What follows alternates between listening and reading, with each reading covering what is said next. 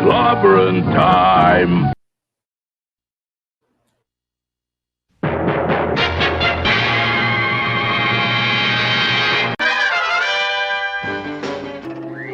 Atomic batteries to power.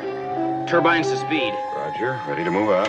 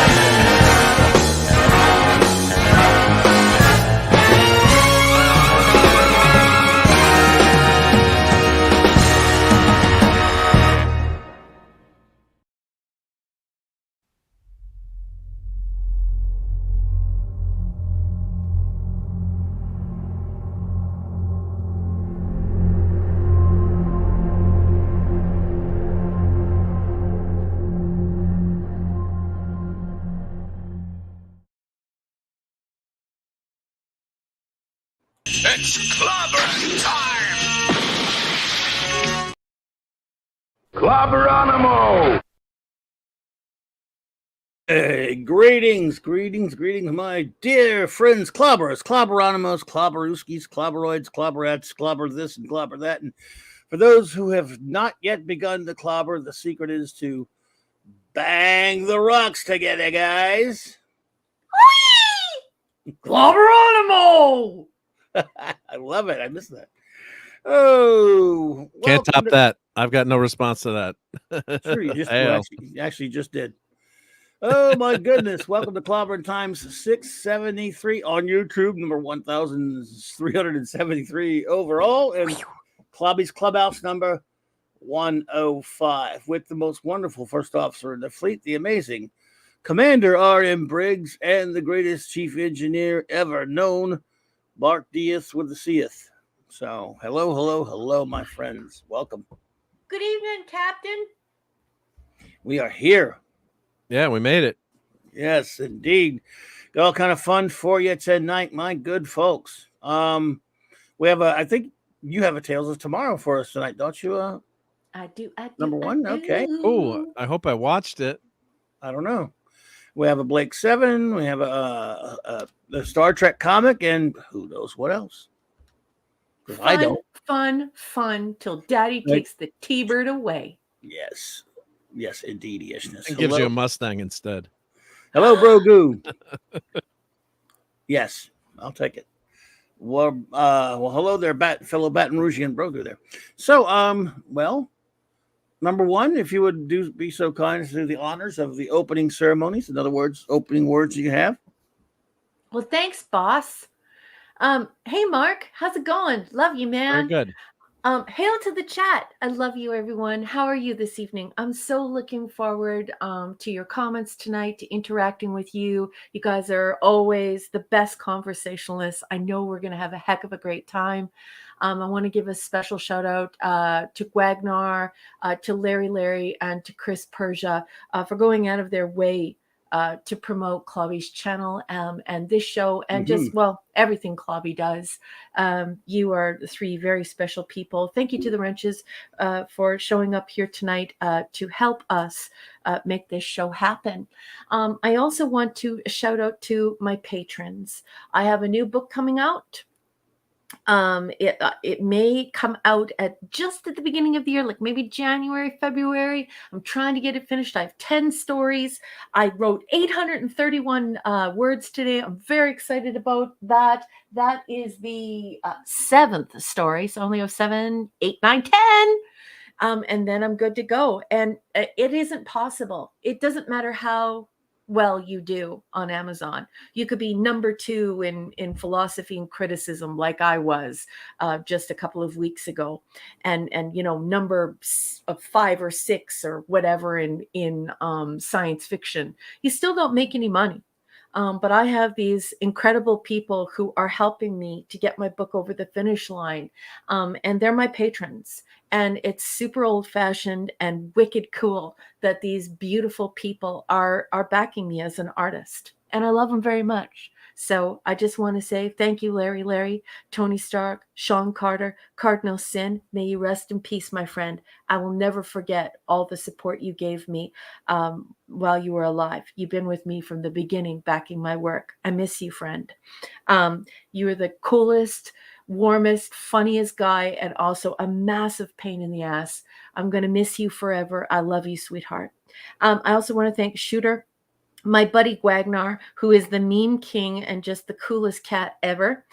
Chris Persia, Scuba and Leslie Pete, Eric K and his trusty dusty dog Kirby, Enigmatic Drop Bear. Hope you're feeling better, my friend. Michael and Cassandra Beacom, Mark D with a C and his beautiful family, Anti-Derivative Jill, Maximum Redstone, JT Cook, he is Kirok, Dadman and the Dadman clan, Lord and Lady Thoth, and of course Little Lance. I'm chucking you some cheese. Rob Altus. Last but certainly not least, Tyler. Thank you, patrons. You are making science fiction happen where the corporations won't. So I appreciate you. And so now I just want to hand the floor over to the best captain out of all the captains of captaining, no matter what it is. You know him. You love him. He's Clobby. Captain Clobby. I love you.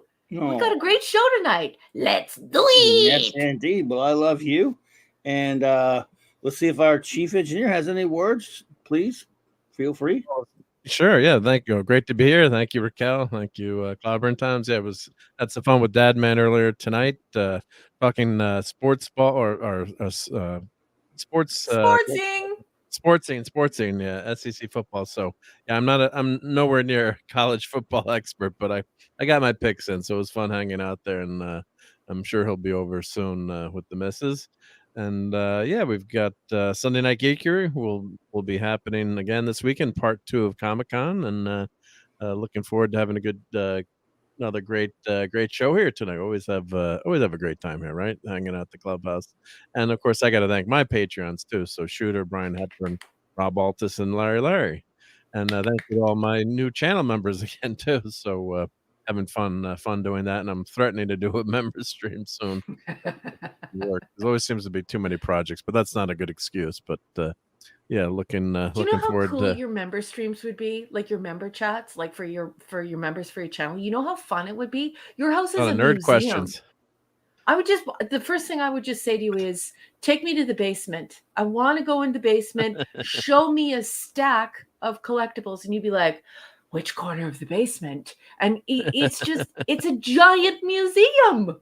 Well, I was going to try to do something like what's in the box, because unfortunately my house is not bigger on the inside. So I've you cycle through figures and things, and I've got a lot of plastic boxes filled with figures and toys. So, and sometimes I forget what's in there. I found some new old Micronauts in there last time I was going through some of the boxes. Like, I thought I bought those 20 plus years ago. I'm glad I had them. I'm glad I didn't rebuy them on eBay. So that might be something I do. Yes, You like should grab use a that box quote and see from what's that in the box. movie. I forget what movie it is, but is it Jack Nicholson? Is it Jack Nicholson who says, "What's in the bowl?" BITCH. What's Sure. that from?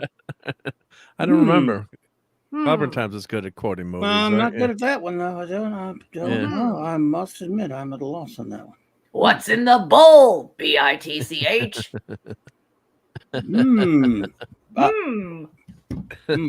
You got me. Something good, hopefully. You got me. Well, if it's your house, it will be. It would be darn good. Yeah, I need a storage unit. Yeah, I need a building. Yep. No, it's all fun. It's all You fun. need a Yep. museum curator to turn your entire house into a pop culture museum. You would make a killing. I was asking my better half. She's like, she bought some stuff tonight, and I'm like, oh, where are you at Walmart? I'm like, did you check out the action figures? She's like, what are you, crazy?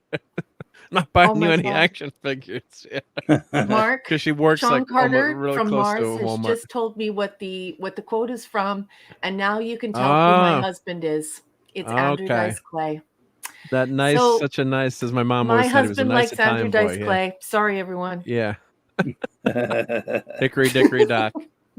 We won't tell the rest of that. Jack and Jill went up there. Never mind, look at that.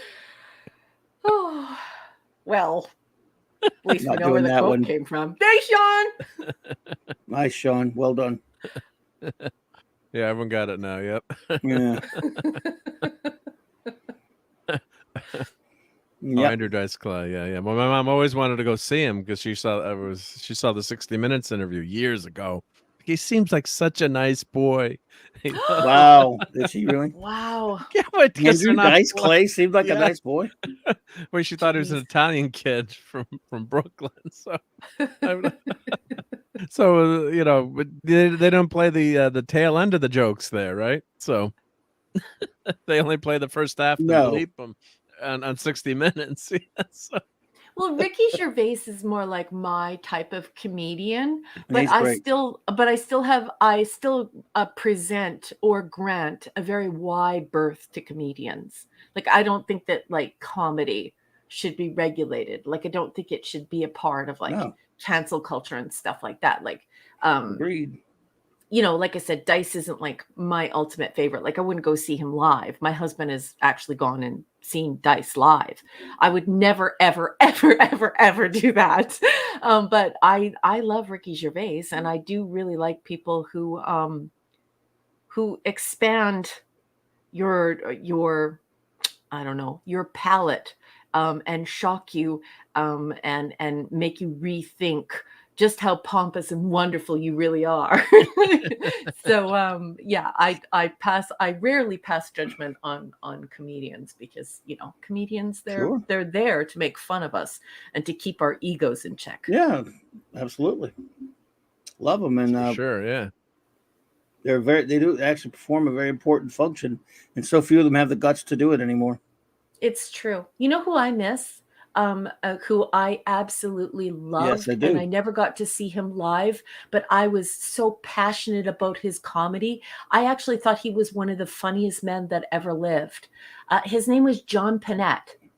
Oh, And he had this skit called "I'm Starving," and he was just the sweetest, kindest, like, he had no ego and was just so funny and warm, and yeah, and he passed away, and it's such a shame because I would have loved to have seen John Panette live. Funny man. I loved George Carlin. George Carlin, there's a guy. That's a guy who will curl your hair. He is rolling over in his grave right now with all the garbage going on. Well, this is a guy that I agree with on nothing philosophically, and yet he was a hero because he stood up for, he believed in free speech. He was a big champion of that. So yeah. Yeah, I'm of the same mind, Clubby. I like it when the job of comedy is often to make you feel ashamed at how self-righteous you are. And so when someone pokes at that veil and then tears it open and you're exposed for the egomaniac you truly are, I mean, I think, like I said earlier, I think comedians, they humble us, they keep us in check, they make us look inward, about, you know, how special and awesome we think we are when really we're not. And obviously, if you talk to, you know, if you read the papers and the meta-analysis by Dr. Jean Twenge, you'll know that we're in a bona fide narcissist epidemic. So we need people like George Carlin. We need people like Ricky Gervais to, you know, to shake us up a little bit and say, hey, stop acting like you're perfect and like you know exactly how things should be. I think it's a nice splash of cool water to the face. I miss Sam Kinison. Oh yeah, I love Sam Kinison. Who's that? What's he known wow, for? really? Oh my God, Have you seen Back to School? No. With Rodney Dangerfield? You know who Rodney Dangerfield is, huh? I know Rodney Dangerfield. I loved him. I Yeah, can't get no respect. Yeah, and he's dating a very intelligent, lovely English professor in that movie. That Sally Kellerman. Sally Kellerman, yeah. Yeah, Oh, I really loved him. I thought he was funny. So he's that's his got his well. That's probably Clobberin. Does you say that's his most famous movie scene, and that as the Oh yeah, but college professor and he I was mean incredible stand-up comedian, but yeah. in that movie he's just famous. Well, I can't No, I got to reproduce see, it so, now. We can't say it put it now. this way: there's almost very little you could quote about Sam Kinison. I'll tell you this: he hated Dice. They used to, Dice used to steal all of his jokes, and he didn't like it. He says, "Take Ooh. my jokes and Fonzie's jacket. You've got Dice." But they had a Oh, wow. big feud Bad going blood, on. as Taylor Swift would say. I like Bill Burr. Would you say that, Bill? I used to like him. He's kind of gone off the. I mean, he's got a new movie out now that looks interesting. Though I don't have Netflix, but my husband made me watch it. Oh, what's it called? Old Dads or something?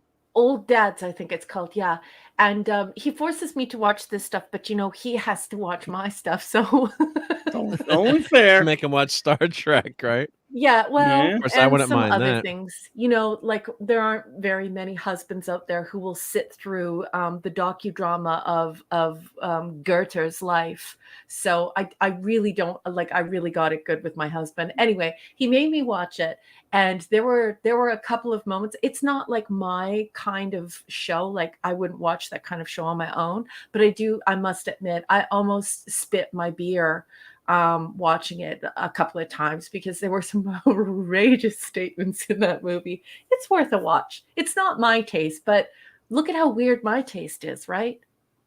Which one? Oh yeah, I haven't seen it yet. The one the Bill Burr thing. Yeah, like it's not something I would choose to watch, but my husband made me watch it, and there were some very funny and very outrageous moments in it. But, okay. There you go. Don't take my word for it.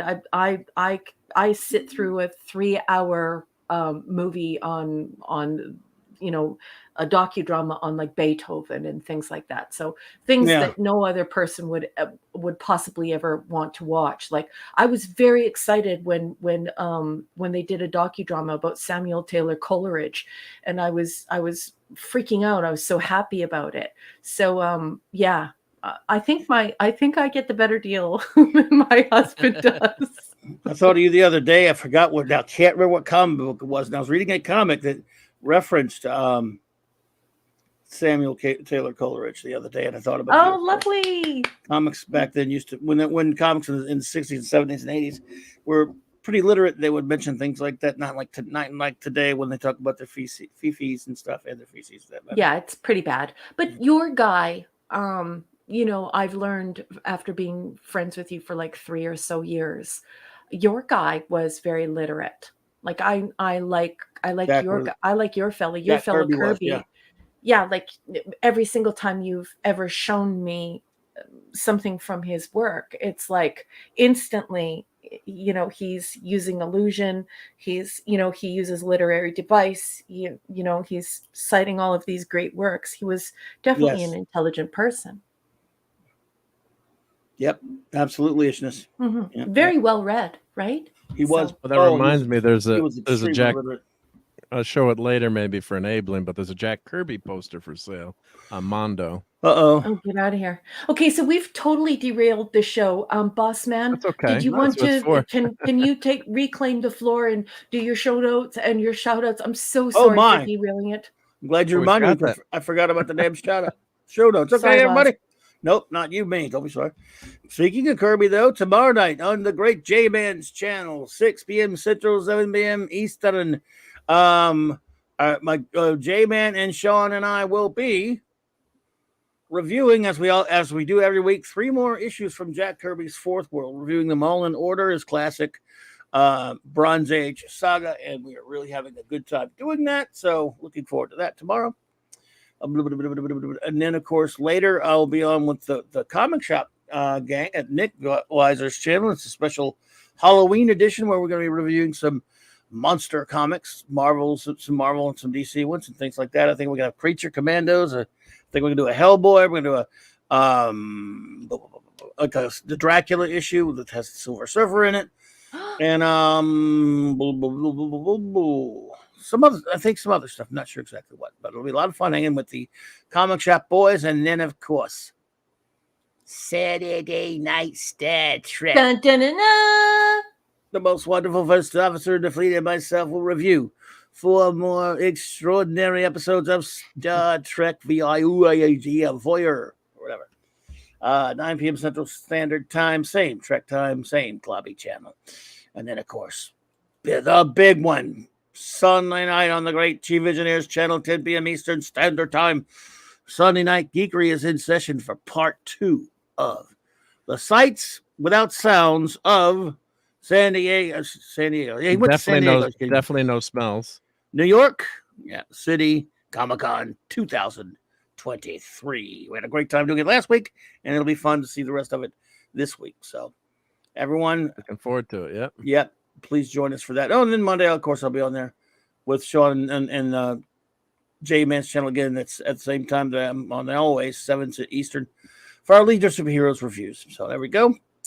Now let's do some shouty outies. Action-packed week. Make sure that you have your bums in the seats for those shows, folks. Or you could sit at a desk or sit down at a table or stand up even if you want to. Or in your car. The great, that's true.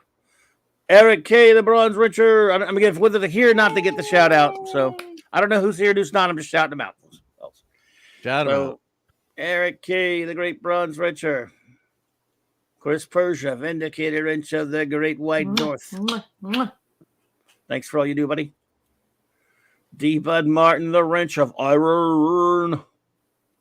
Lord Thoth, and shout out to Lady Thoth as well. Avon lives and long live for the Legion. The great J-Man, my partner in crime on Earth, B, and reviewer extraordinaire. Thanks, buddy. And author. Buy his stuff. Right. Indeed. He writes horror. Yes, he does indeed issues. Stephen Callell, the Super Wrench. Hey, buddy. Real soup. Maddie's daddy, Real the Wrench Mountaineer, Thor in Vegas. Hey. A rascally wrench himself, Fanty Outsider E. Fanty. Master of the Claboni, Hungry Boy. HP. And the music meister himself, Maximum Redstone. Maximum Redstone. And let me see who is up in here tonight. Up in here? Where's Cajun Man? I don't want to hear from you. Where's I want to hear from Cajun Man. He ain't here tonight. Yeah, he ain't feeling no good. So he goes see up in here. Because he was up in here tonight. He's not here. All right. Of course, the wonderful anti-derivative Jill. Hey, Jill. Good to see you there. Hey, Joe. Communications officer. FKHC 2005. Hike. What's up, buddy? Good to see you. 2005. All right, man. Penny. Oh, your evening, thoughts? Penny. Nice to see you. Hey, Penny. Good to see you there. Gwagnar. Gwagnar. You better. Okay. All right. You got me while I was sipping tea. Let's try that one more time. Ready? Gwagnar. Yeah. Never try and say Gwagnar's name when you're drinking tea. It's not good. It's not good. Brogu from my own hometown. Hey there, Brogu. Good to see you. Keely Chow. Roll Tide, buddy. Roll Tide.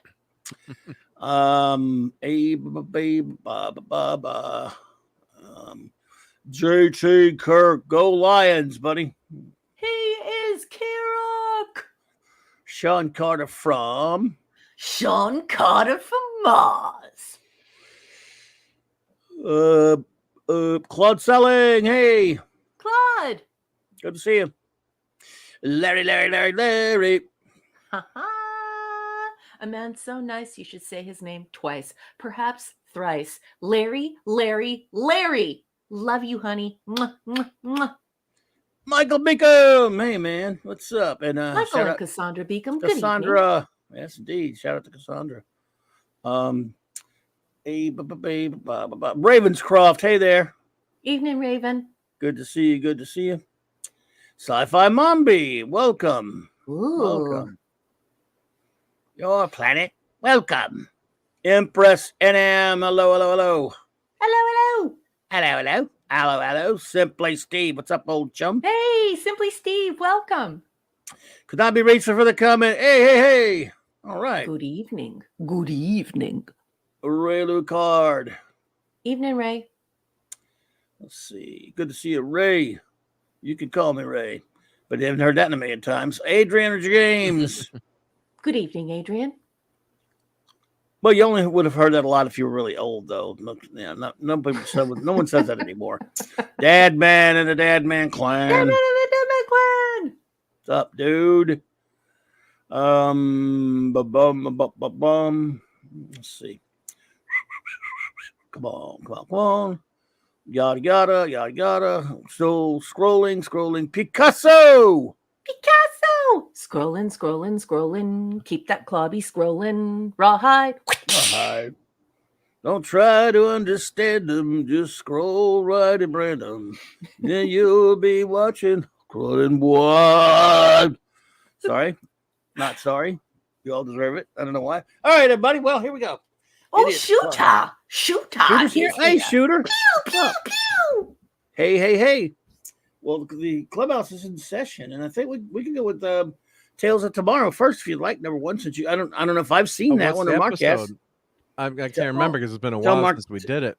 Well, we paused it because our wonderful friend passed away. Gil passed away, and so we got cut off from that. And then I had to do some stuff, so I took a little bit of a break from the show.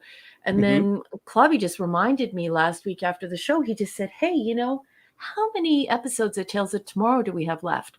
So I did what any good first officer would do. I immediately went and checked the files, the wonderful spreadsheets created by our chief engineer. And lo and behold, Mark has found 2 more. So we have 3. So we'll be doing the and Evil maybe Within. 4. Pardon? And maybe 4 because I think I found the Oh, no way. the Nemo Captain Nemo episode. Oh yeah, that's right, because that one is false. It is the false title, right? Renamed. Yeah, so I think I found it, and was on Tubi. Actually added it. So we maybe could do that one. We have to check and confirm it's the right episode, but I think did we stop doing we're doing the Evil Within? Yeah, we're doing the Evil Within tonight, and then the last time I checked your spreadsheet, there were 3 left. Yeah, Ink and Spider's Web. Mm-hmm. And then if that Nemo one is truly the first part, then we could do that one too. And that would be it for Tales of Tomorrow until they find, who knows, maybe they'll find a new episode. I don't think so, but you never know. something appears. The best thing about it is that we made sure that we brought it to light. Ezra's here. Yeah. Shalom. Good evening, Shalom, sweetheart. Ezra. Hello, Ezra. The good thing is that we showed this beautiful thing where Arthur C. Clarke first cut his teeth, where many actors, famous, very famous, uber famous, cultural, I hate to use the word icon because it's so overused in our generation, but cultural icons cut their teeth. So great fun. And let's get to it, folks. Tales of Tomorrow. Actually, I'm going to get the boss to do it. Boss, can you please give me a great Tales of Tomorrow?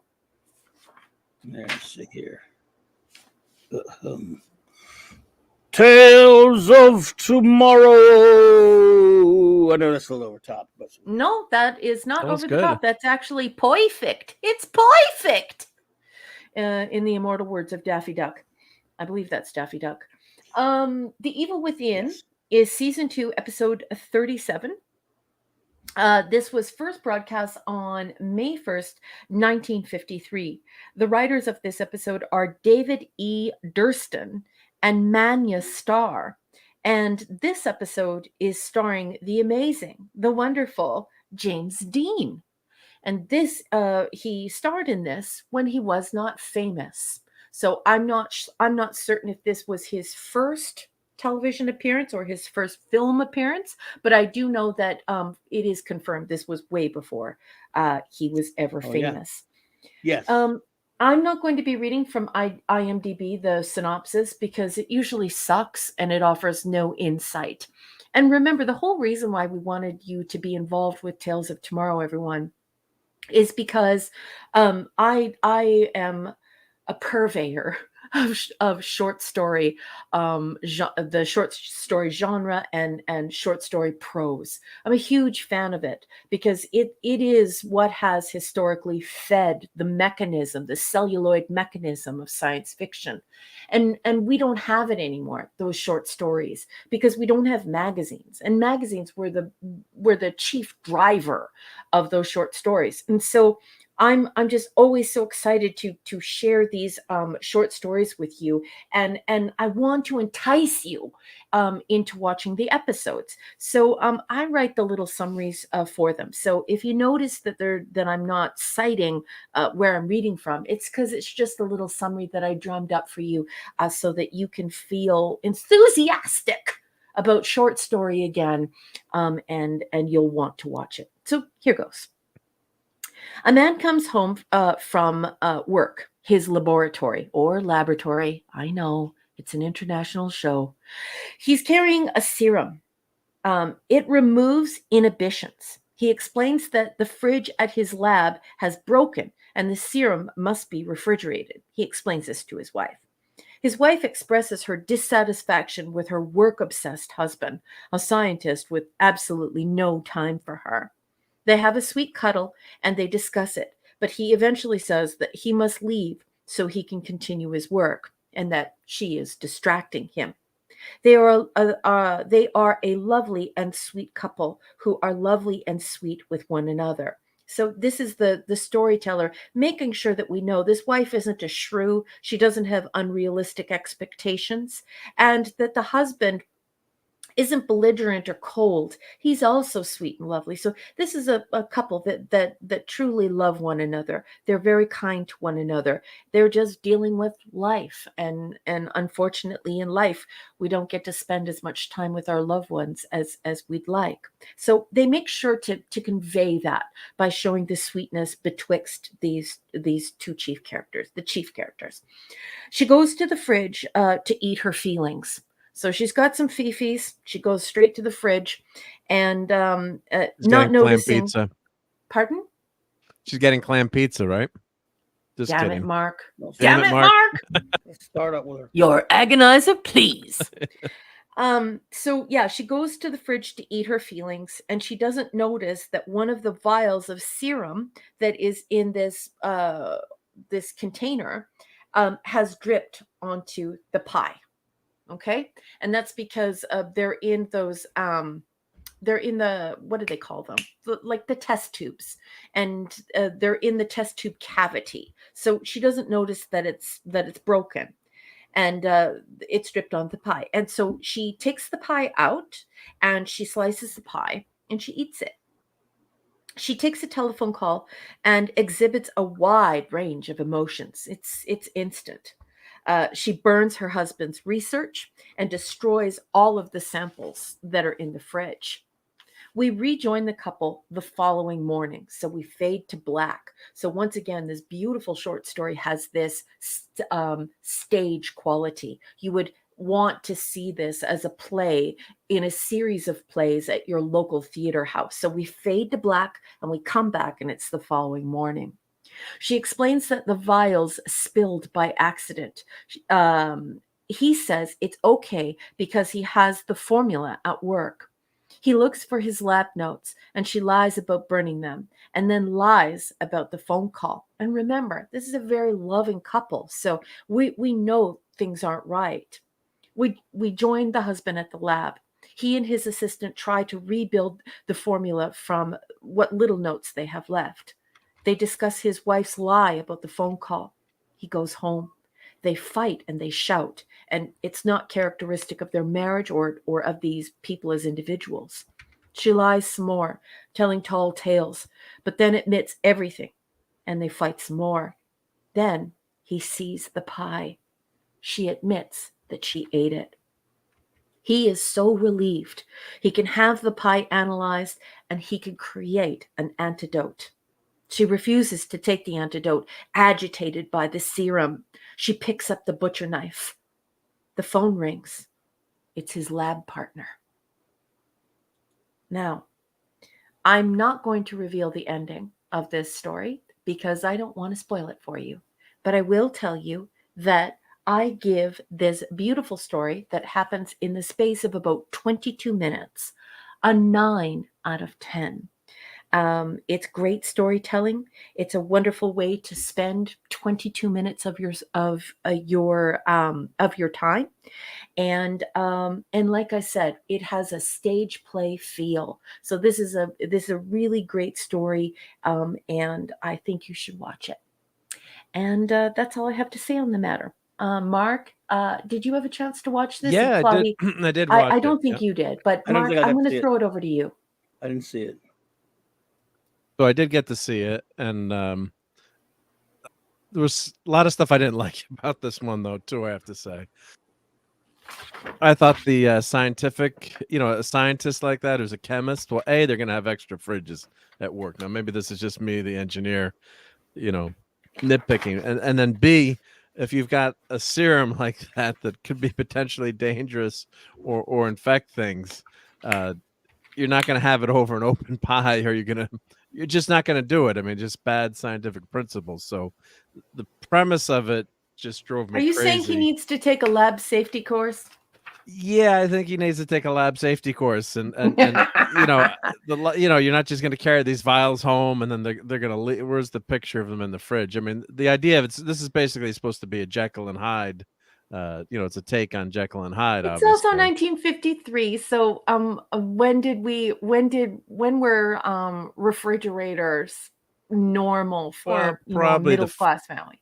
40s, I'm guessing, after the war. 40, It yeah. took off So, for 30s or 40s, but still, if he's at this, this has to happen for the story to happen. But it's one of those things. I'm like, really? He left the vials in there that could be dangerous, and they let you take them from work, and you didn't have another fridge at work, or the fridge broke down at work. Weren't you paying attention?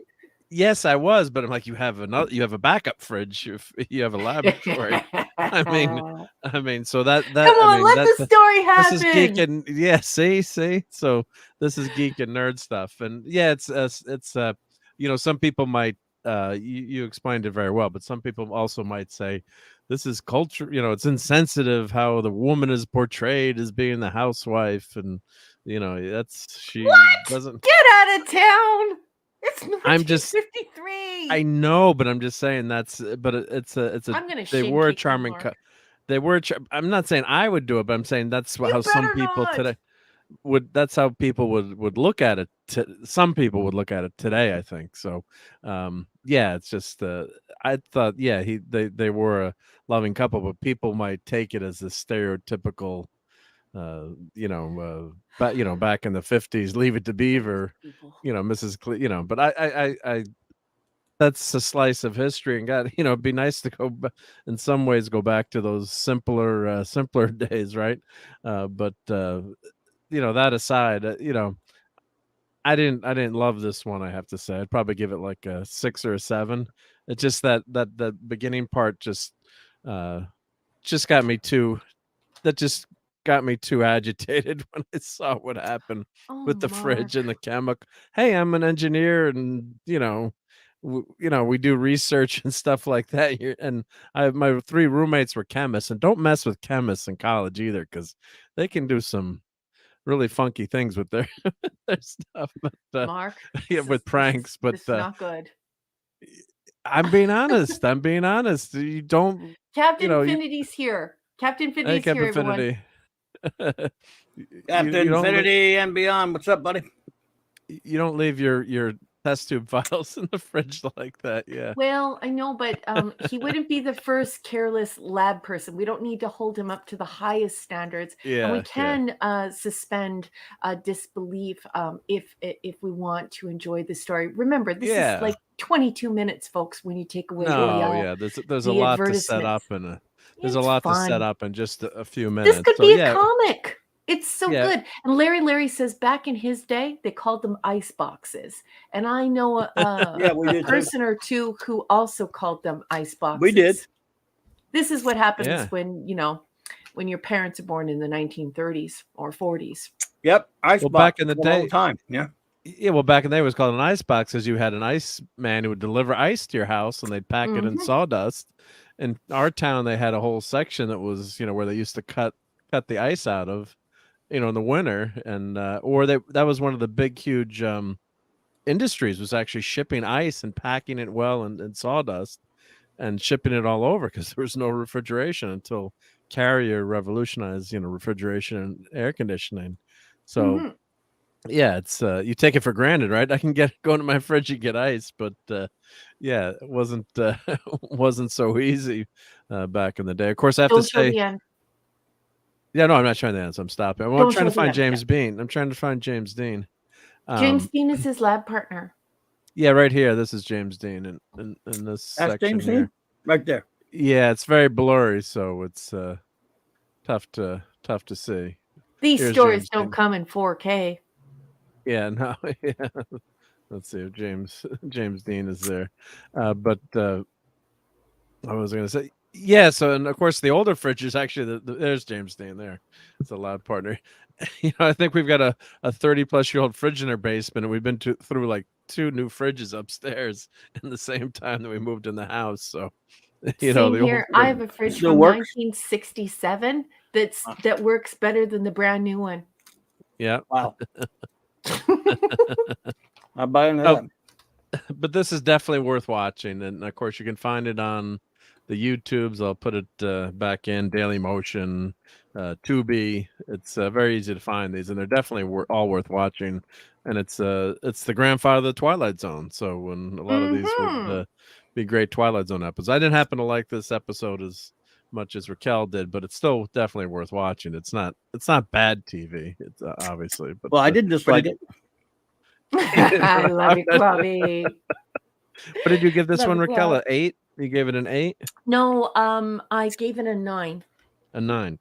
Yeah, Okay, I'd probably give it a 7. This really reminded me of something you would see on the stage, and I think on the stage, that what happens with the vials and the pie, I think it could be conveyed in a more realistic way. So I don't think there's anything wrong with the story.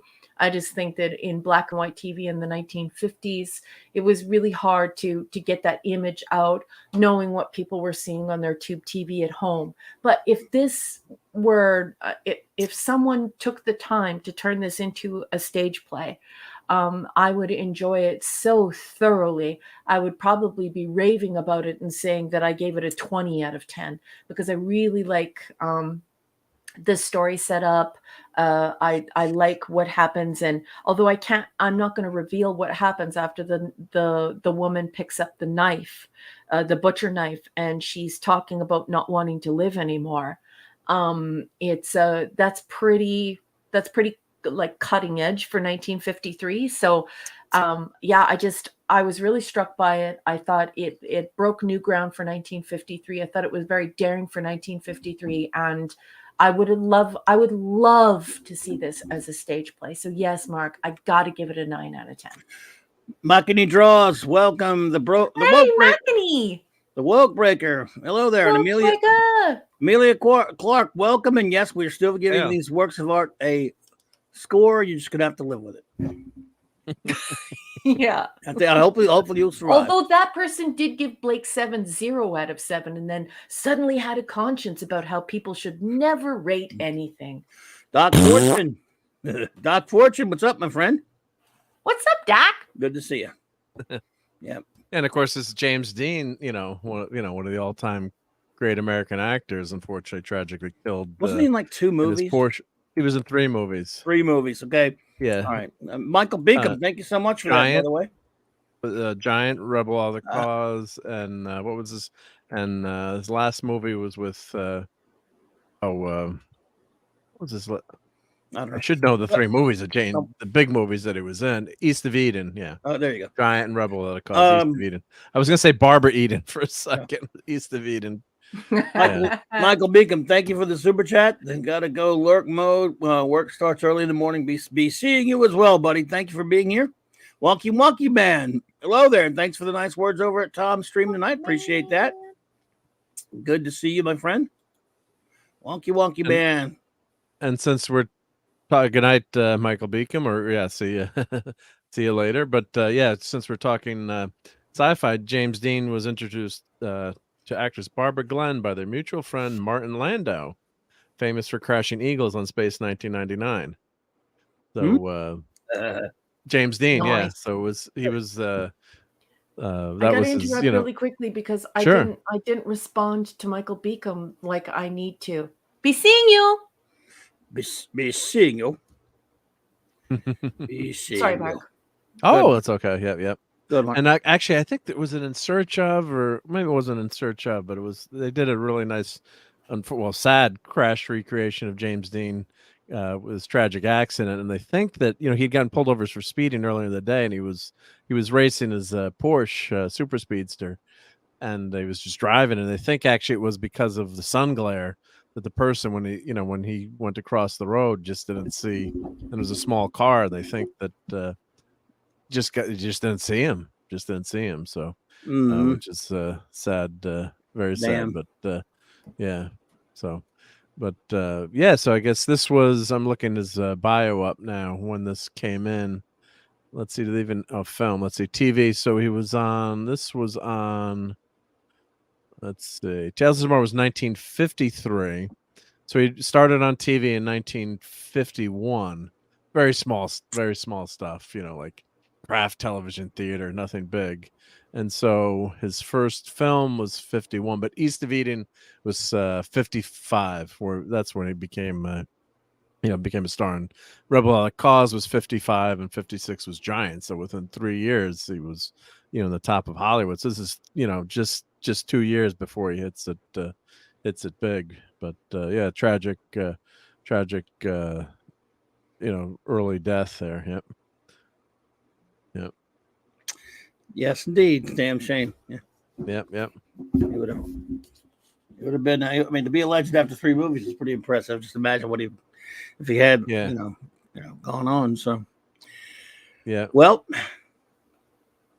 okay. Are we ready to? Are we any more about Tales of Tomorrow? Or No, I think that's I'm obviously done. I gave my rating, but yeah. And if you have not tuned in to Tales of Tomorrow, and you do love science fiction, and you do love weird tales, because there are some weird tales in Tales of Tomorrow that are more like the Twilight Zone, although this predates the Twilight Zone, then Tales of Tomorrow is right up your alley. You will thoroughly enjoy it. Don Power Ranger. Don Power Ranger. I mean Ranger Power. Sorry. Good to see you. Yeah, yep. Well, I just want to say too, I wish they still sold these Chrysler watch bands, because these commercials are some of the best commercials. They're so sincere. It's fun watching, just watching this just for sometimes for the commercial. I want a Chrysler watch, don't you? Yeah. No, but they're great commercials. Yeah. So I want the definitely diamond check out Chrysler watch where like you can lift it up to your forearm there, so that you don't get your watch wet while you're doing right the here. dishes. Yeah, watch this. Yeah. Right? You We're can, cooking. move it up like, your watch. arm. Yeah. See, up she goes. Look at that. Wow. $9.95. So yeah, check out Tales of Tomorrow if you haven't watched it. I think most people here in the chat, I'm gonna guess, would love the, if you like sci-fi, you're gonna love this series. And it's the grandpa of sci-fi series. Is it the first science fiction show on TV? Probably. I think it probably predates science fiction theater, and probably. Anyway, when was Buck Rogers on? Obviously Buck Rogers. The serials were on. The serial was in the 30s. In the 30s, but when was Buck? Did they have a Buck Rogers TV show in the 50s or no? But sci-fi? There was a Flash Gordon show in the 50s. Flash Gordon, 50. I forget the guy's name, Steve. I can't remember his name, but this was probably the first science fiction show. If not, can't imagine what was before it. Yeah. So great stuff. Yep. So check out Tales of Tomorrow. And next week is we have Ink for next week. Ink will be the next episode of Tales of Tomorrow. Let me find the link for that one. I'll put it in the chat. Nice. You can find it on the YouTubes or wherever you consume your 1950s TV shows. Larry, there can be only one. You're going to live forever. Indeedishness. Oh, I'm trying to see if it's available. They're calling it Plague from Space. Well, we'll announce it. We'll tell you. Hopefully, that one's available. Yeah, Sometimes they're listed. They're listed and mislabeled. they're not there. So Yeah. hopefully, I can find ink. Well, let's see. Who's ready for some Blake 7? Shooter Blake is ready. Shooter is doing yard work, and he's like mowing, keep that blade a turning, turn the grass from growing, rawhide. Good job, shoot. Yeah. Yes, indeed. So now we're going to do some Blakey Blakes. Who's ready for some Blakey Blakes? Sure. Well, before we do, I better introduce it for everyone before I throw it over to the boss. Everyone, tonight we are going to be talking about Blake 7. This episode is called Cygnus Alpha. This is season 1, episode 3. It's going to be a ton of fun. This episode first broadcast on January 16th, 1978. And now I'm going to throw it over to the grand poobah of all of geekdom and definitely of Blake 7, Clobby. Captain Clobby, give us a synopsis of Cygnus Alpha. Okay, well, first, just to back it up, Cygnus Alpha is almost like part three of a 4-part saga to open up and introduce these characters in this series. The first week, of course, was The Way Back, which I have ranked as number 32 of the 52 episodes. And I gave it a rating of 5. We do 5 out of 7 scale for the Blake 7 episodes, my friends. And then there was, of course, Spacefall, which I have ranked at number 18. We reviewed that last week. 18 on my on there, and on my Blake 7 rank list, and rating at 6.5 stars, of course, out of 7. And tonight we have Cygnus Alpha. Ranked at number 40. I rank it at 3.5 stars, but I'll show that later. That was kind of, spoiler. I should do that later, but anyway. Boss man, can I interject, even though it's super rude, but it's for a good cause. So I beg your pardon, but everyone, please say hello to Parker Luck. Parker Luck. Parker Luck just walked through the door. Parker Luck. Hey there. Parker. And so Good luck turns around. Yes, indeed. So tonight, folks, as you all know, to recap a little bit again, on the way back, Blake was sent at the end of that episode. He got his memories back from years before we found out that Blake was once a great revolutionary leader and fighter against the tyranny of the Federation. And then, of course, he was sent to the penal en route, of course, via the Starship London, or the Federation prison ship London, to the penal planet of Cygnus Alpha in Spacefall, like I said, and on the ship, he and some of the other prisoners, led, of course, the great Care Avon, and Jenna Stannis, Villa Restel, and Olag Gan, and others, led a revolt against Commander Leyland and his psycho first officer Raker, and got caught. For those who remember the episode, but there was a big. I'm sorry, I have to interrupt again. Please, I'm so sorry. It's so rude. But our good friend Penny, she goes to bed with us. She uses us as her nighttime ritual. And Penny is leaving, and she is just waving goodnight to everyone and saying goodnight to everyone. So I thought you should know, and I'm so sorry for interrupting you. Good night, Penny. Anyway, they ran across a big space battle, and it was it caused damage to the London, and but the London crew decided, after they caught Blake, and everyone knows they caught Blake, they decided to salvage it. Their people were not making any progress when boarding the deep space vehicle that will soon be named, created by, well, I can't mention what it's. I can't seem to say the name of the spoilery. So the future Liberator, let's say. And so Raker came up with the idea of using the prisoners who didn't have much to lose, Blake, Avon, and Jenna. They go aboard the Liberator, and eventually Raker goes after them. He gets shot out of the damn airlock, and boom, episode ends. Blake's decided he's going to fight the Federation with this extraordinary new weapon that he and the and his friends have had the good fortune to stumble across it. Now we have Cygnus Alpha. Cygnus Alpha, folks. The Liberator is flying around again. You got to ignore the time compression thing because it makes no sense. That they're saying that it was 8 months out in space. So just kind of ignore that a little bit. But the Cygnus Alpha is landing on the plane. The London is landing on Cygnus Alpha. It's releasing the prisoners out there, while Blake, Avon, and Jenna are just getting to learn a little bit about the Liberator. And they're learning again. They're so new to it; they don't even know what the teleport system is. They just meet Zen, the ship's organic charged capacity brain, which sometimes gets called a computer. The heart of the Liberator, which of course what's the Zen after scanning Jenna's mind and learning the language of our friends. She took that out of Jenna's mind, the name Liberator. And so they go about trying to discover various parts of the ship, including the teleport. There's a big argument, but they realize they can't land the ship. Blake needs a crew, so he follows, quote unquote, follows the London to Cygnus Alpha, which doesn't make a lot of sense. It's much slower. But somehow the London's already there. I can't just forget about time compression. It just doesn't make a lot of sense for this episode. It was kind of just a flaw. Doesn't hurt the episode. It still doesn't hurt for story wise, really. The prisoners are released. The London crew makes the report back to the Federation about Blake and what he has stolen. Although in Leyland's report, they don't show that part. They just assume it's in there.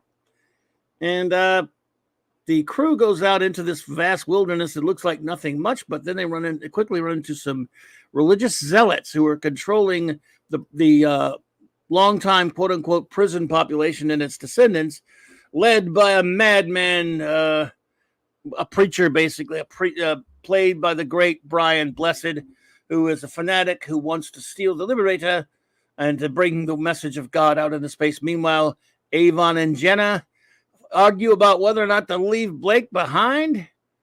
And, they have moral questions about whether they have any obligation to Blake or not. Well, Blake, all he wants to go down is get some men to help him for his crew, for his war against the Federation. Basically, that sums up Cygnus Alpha. So. Thank you, Clubby. That's beautiful. Thank you so much. It was all over the place, but it'll have to do. No, that you articulated yourself perfectly.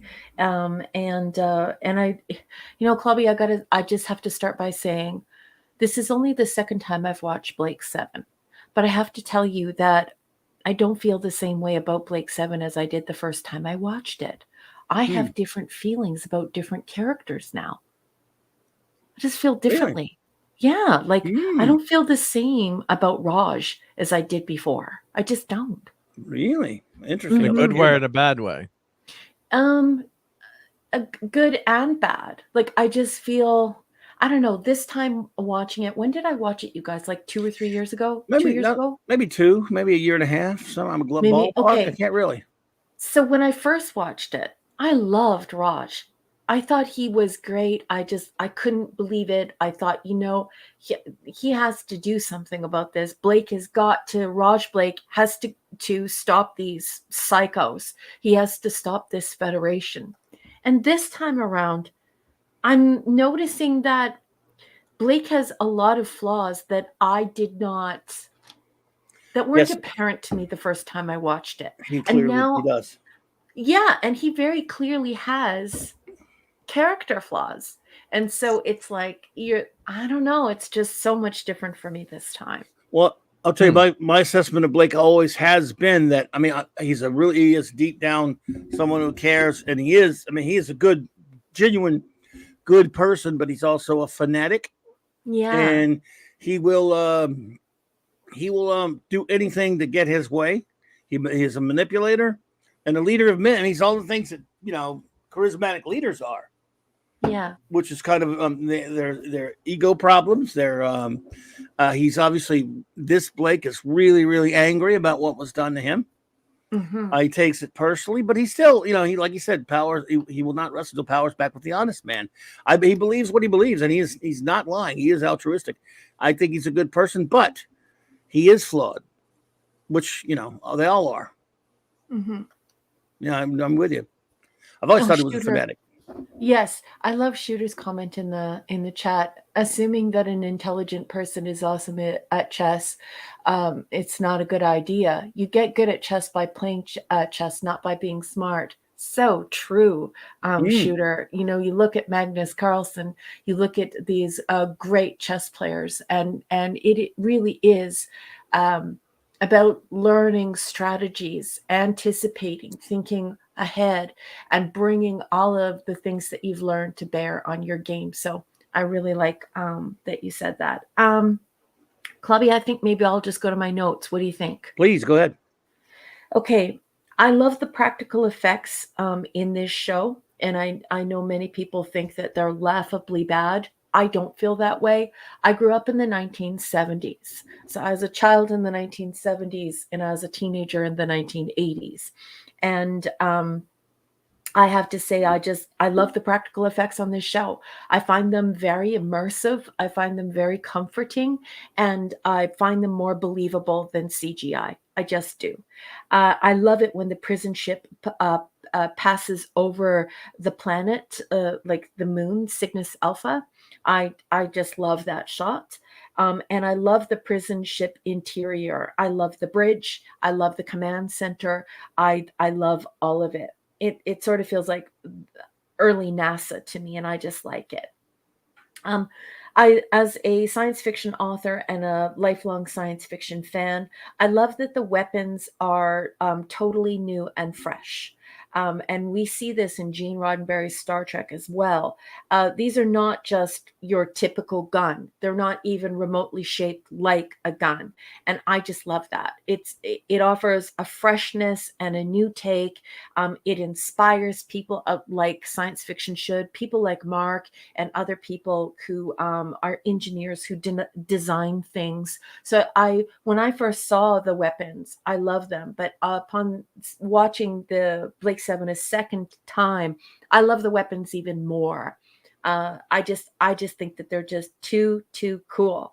And what they represent and what they do for the human mind and imagination and inspiration and thinking about what light and power can do. I think the weapons are great.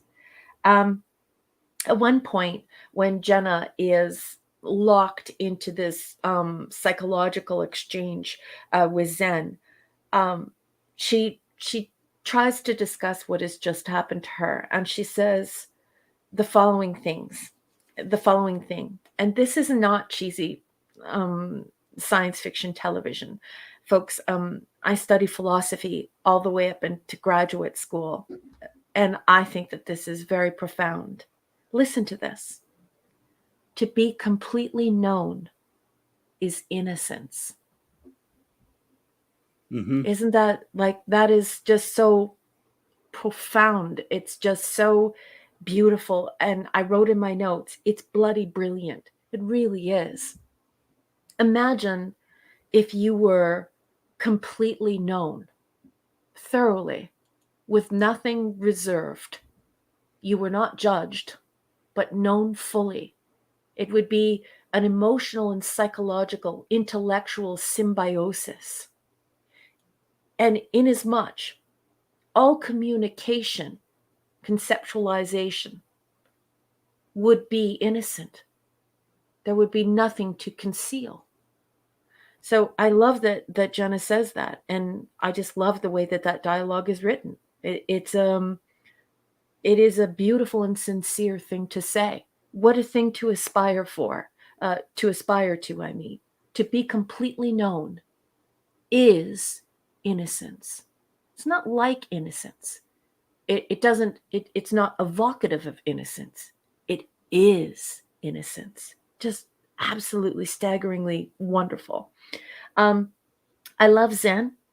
I love the fact that the way they discuss matter transmission, and they talk about all of its faults and its dangers, and we settle on the word teleportation. I think that is just super cool. I love also that we find out in this episode that Jenna named the Liberator. So in her exchange with Zen, Zen decides to call the ship the Liberator from her mind. He takes this from her mind, and I just think that that's super cool. That's so quick. I just interject, but that was so quick that I missed that the first time around watching the show. Me too, I Mark. caught a Me clipping. too. I totally missed it, and I usually pay Yeah. attention. Yeah. But because the computer's so smart. That's why. Yeah. That's why, and without spoiling anything about when they find out what Zen is, that's why I've always wondered. I think that's what made Zen start helping them because it touched Jenna's mind and absorbed from it because it had been damaged in the battle, and it didn't really, it wasn't fully put back together. And when it touched Jenna's mind, I think in some ways it probably thought it was its original. She was one of the, original. I mean, that's speculation on my part because I'm trying not to spoil who made the Liberator. It also leaves this idea in the viewer's mind that the computer is capable of sincerity and innocence where human beings aren't, and I like that. I read some criticism online that were saying that people were saying that it was a goof that when they walk over to take the weapons out of the receptacles, that they're hot. But then 2 seconds later, Raj, hands his to Jenna and she doesn't get burned. I thought this was dumb, and whoever works at IMDb should go in and fix it because that's not true. That's ridiculous. Because what it is trying to invoke there is the fact that in nuclear deployment of weaponry is very serious. So Zen considers weapons very serious. And thus, Zen requires a person for every weapon it dispenses. That doesn't mean you can't touch it afterwards. It means that Zen would like to decide, he would like to communicate with you to find out what your intentions are with the weapon. And so the communication needs to be there. And number two, that Zen is clever enough to withhold weapons if he doesn't like your reasoning. And so not only do you need more than one person, you can't just take all the weapons off the ship and beam down somewhere and dispense the weapons. So that's one reason why Zen does it. But the other reason why Zen does it is because Zen has decided whether or not you are ethical enough to have the weapon. And so the people that put this on IMDb, that is a false claim of a goof, and it should be erased immediately. That's idiotic to say that. That's not a flaw. I agree, and I also thought it meant that you can only have one weapon at a time too, because the weapon was so dangerous. Mm-hmm. Yeah, so well, they were limiting how. Yeah. It's not just your attention. Even if you had good intentions, you can only have one at a time. Hey, DJ Ronnie G's here, by the way. Hey, DJ Ronnie G. Hey, DJ. And that was so easy to pick up from watching the episode. I mean, they explained that pretty well. I mean, it wasn't single function isomorphic response. Yeah, and it is crystal clear that Zen has two very good, very, very cerebral reasons for doing this. And they're trying to demonstrate that the computer will not provide weapons to everyone or endlessly to be dispensed, right? So whomever wrote this, and it's also showing how advanced the Liberators and how advanced the Zen is, and it's totally alien tech to get them. And there's a line also they say it seems organic in nature too in some ways. I think, if I'm remembering the episode, but just showing how advanced you are remembering. Yeah, that's exactly it, Mark. And so whomever has put this up on IMDb, you're a nincompoop, and that should be removed immediately. This is the problem with this user-generated crap. This is not a flaw in the show. In fact, that scene is so wonderfully cerebral and shows a detail in the dialogue and in the behavior and what those behaviors imply, not only in the characters, but in the computer itself. So whomever you are, extremely low comprehension, go to the back of the class, shin kicks.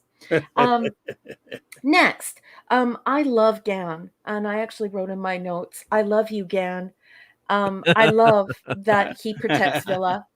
I love that when he's Yes. in a situation where he's under pressure and there's a threat of violence, that he will put himself in harm's way. And here we very clearly see that he is a more intelligent Little John. And I just love Gan. Gan is just, I just want to squeeze him and just like smooch his face. He's just a cutie patootie. And I just think that he is a giant, a gentle giant of a beautiful human being. And I love him. I love loyalty. And by the way, David Jackson, I met him once. What a really nice man he was. Oh, really? Yes. Oh, you're so lucky. Super Yeah, nice man. he's amazing, but I like that they make Little John in this because he is modeled after Little John. Yes. I like that Right. they make Little John more intelligent here. And he's capable of being quite sarcastic, and he's also capable of threatening people, and not in a childlike way like Little John, in a No. very intelligent way. He would redress someone, put someone in their place. He shows extreme loyalty, but not in a dumb way, in a very intelligent way. So I love it.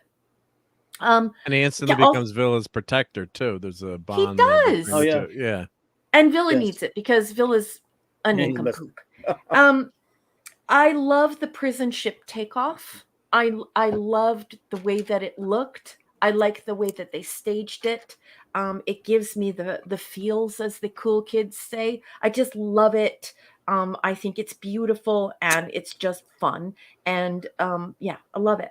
I've got to interrupt because the communications officer is doing her job when I'm messing up as an engineer. I was showing the slideshow from last week's episode because I'm clipping in Premiere as we're going a couple of clips. Oh, And that's thank all you, right. Jill. And That's I all did right. it wrong. That's wrong. And I do all that at work to clip the slideshow. Oh, But thank you, Jill. I didn't even for, pay pointing attention. that- So Thank yeah, you, way to go, Jilly. Jill. Way to go, Jilly. I wasn't even looking. Yeah, so Um, thank you.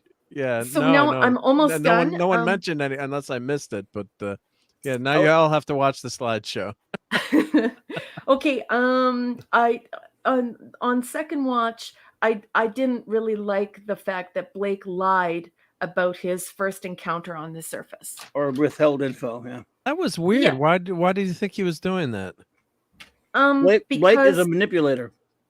he's a manipulator, and I think that if he decided to be honest with Jenna and be honest with Avon and say, I sound so British, it should be Avon anyway.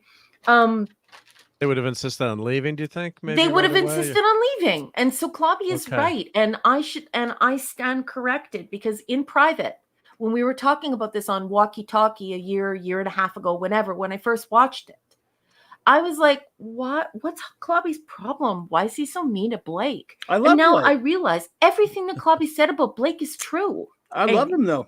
But yeah. I love him too, but he has flaws. Anyway, Oh yeah. I love Well, that's that what makes him more Avon- interesting. Yes. I love that Avon gives the same ultimatum as Blake. And I don't know if many folks have noticed that, but this fight or die ultimatum. Avon gives it to Jenna, and then Blake gives it to the men on the surface. So I thought that was cool, because it was like both of these men are totally different, and yet they have similarities, but they're not similar at all. So I like that play. I thought that was clever writing. Yep. And I another thing that I really like is in 1978, the fight scenes are realistic. There is pain and there are consequences. So if a guy who outweighs you by 60 pounds punches you in the stomach, you're down and you're not getting up. You're not just going to punch him back or do some sort of, Bruce Lee power kicks and get out of it. He outweighs you by 60 pounds. It's going to hurt and you're down. And I love that. Yeah. I also like the visage, as the French say, or the visage, as the Americans say, the countenance, the look on everyone's faces when they realize that they're stabbing, killing, and hurting other human beings. I like that they stop, that they feel gross, that they feel horrified by their own actions, even though they're pressed to do it. And it's just, the humanity. And then the rest of it I found very operatic. As you both know, I regularly attend the opera. I absolutely love the opera, and it was very operatic in such a good way. I don't mean space opera because that's the crap you watch with the filth. I'm talking about actual opera. It had a stage-like quality that felt like an opera. It felt larger than life, and it was great fun. And those are my notes. Excellent. Mark, any words about this episode? Yeah, I mean, I think some people could be turned off a little bit by the Brian Blessed, who I love, but it just seems He's pretty like over the top. Yeah. he's over I the love top. him, though. Yeah, I mean, it's great. yeah. So he's a great actor, and but that could be a kind of a turnoff when you think you're getting a sci-fi show, but it does make sense in terms of the plot. This is a prison planet, and they're just dumping people there.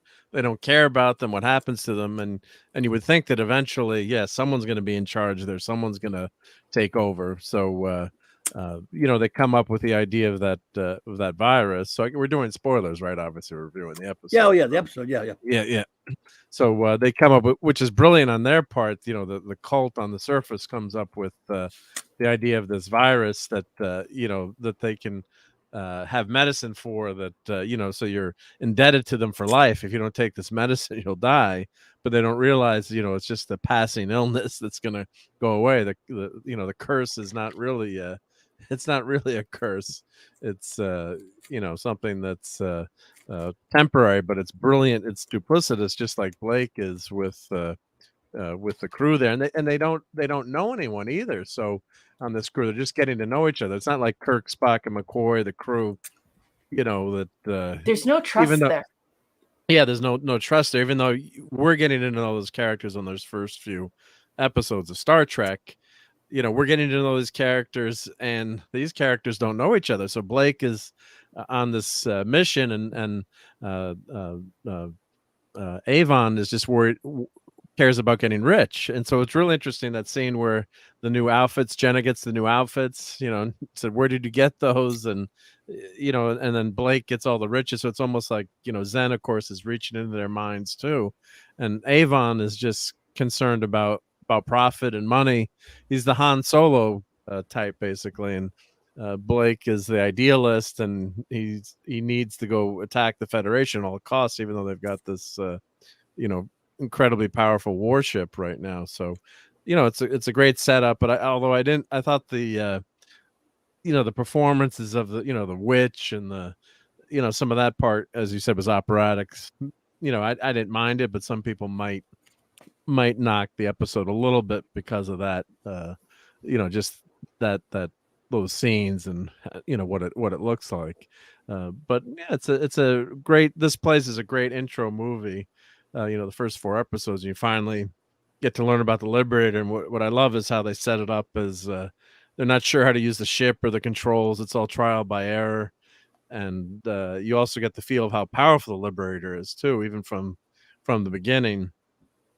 Just having this weapon, this ultimate weapon that's even more powerful than the Federation ships, even though it's only one ship. But they do a really nice job setting it up. And Zen, we're not giving future spoilers, but Zen, obviously from this episode, Zen's a great character just in this episode. So there's obviously more to come on Zen. So he's quite an interesting character, and it's they don't have a huge production budget, but with the money that they have, they do a great job, and you get by that too once you start enjoying the show and you start watching the series and get into it more. You just don't even, I guess I'm old enough, I guess, where that stuff doesn't bother me. Maybe some people it might, but I think once you get into the stories and the acting, the dialogue is always so sharp on the show. There's always something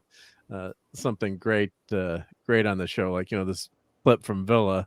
These are like 2-3 second clips, but here's one about Villa. Well, nothing at all, really. It's a bit like a property when Villa's around. Well, suddenly it's somewhere else. Yeah, I mean, it's those lines like that where it's early on and knowing these characters, but they're giving you these little lines that give you insights and this character growth there, and You know, this Tons of banter. tons of banter. There's Oh another yeah. clip here. Yeah. Well, don't And it's blame me if it's quality banter. self-destruct. I doubt they'll ever speak to you again. Okay, here we go. Yeah, Dat will ever speak to you again. Here we go. Yeah, one of my favorite. That's it's great. a great Terry line. Nation's a very witty writer, and He Yeah, is. I love the dialogue, especially. And my favorite things in the episode are really the Avon Jenna stuff. Yeah, Yeah. that's a great scene there. And then this was a great line from Villa here. I love this line. Cozy. What do you think it is? The architectural style is early maniac. I mean, you know, and you got to obviously pay attention when you're watching this, but You do. because it can fly by. And I totally missed that the Jenna named the ship the Liberator. I always thought it was just always the Liberator, and they, Got it you know, because that from the flies Snyder by. Nine. Yeah. Parker, Blake 7 is a show from the BBC. It is a British show from 1978. That's when it started. Four seasons, 52 episodes. Parker was asking if it were American or, Okay, yeah, or English. yeah. So Larry it's a short. is asking if he could please have the "I'm not going" clip. Oh yeah, let me get it. Oh sure, You yeah, got it. yeah. I'll Yes, grab please. that. There we go. That's from the episode What about Horizon. you? What about me? Why don't you go? You are expendable. And you're not. No, I'm not. I am not expendable. I'm not stupid, and I'm not going. Greatest line in TV history, I think. You know, It's good stuff. That there. one. Oh, Avon's got better ones than that, but I do love that one. I think that's his best one. You think he's we can't. Well, say, some of them, but- Villa has some. There's some lines that are Villa about Avon that are great. So yeah. Yeah. No, I don't want to go head toe to toe with Clobbering Times on Blake 7. No, but no, I'm just saying. Yeah, I love that yeah, one. but- I love that one though.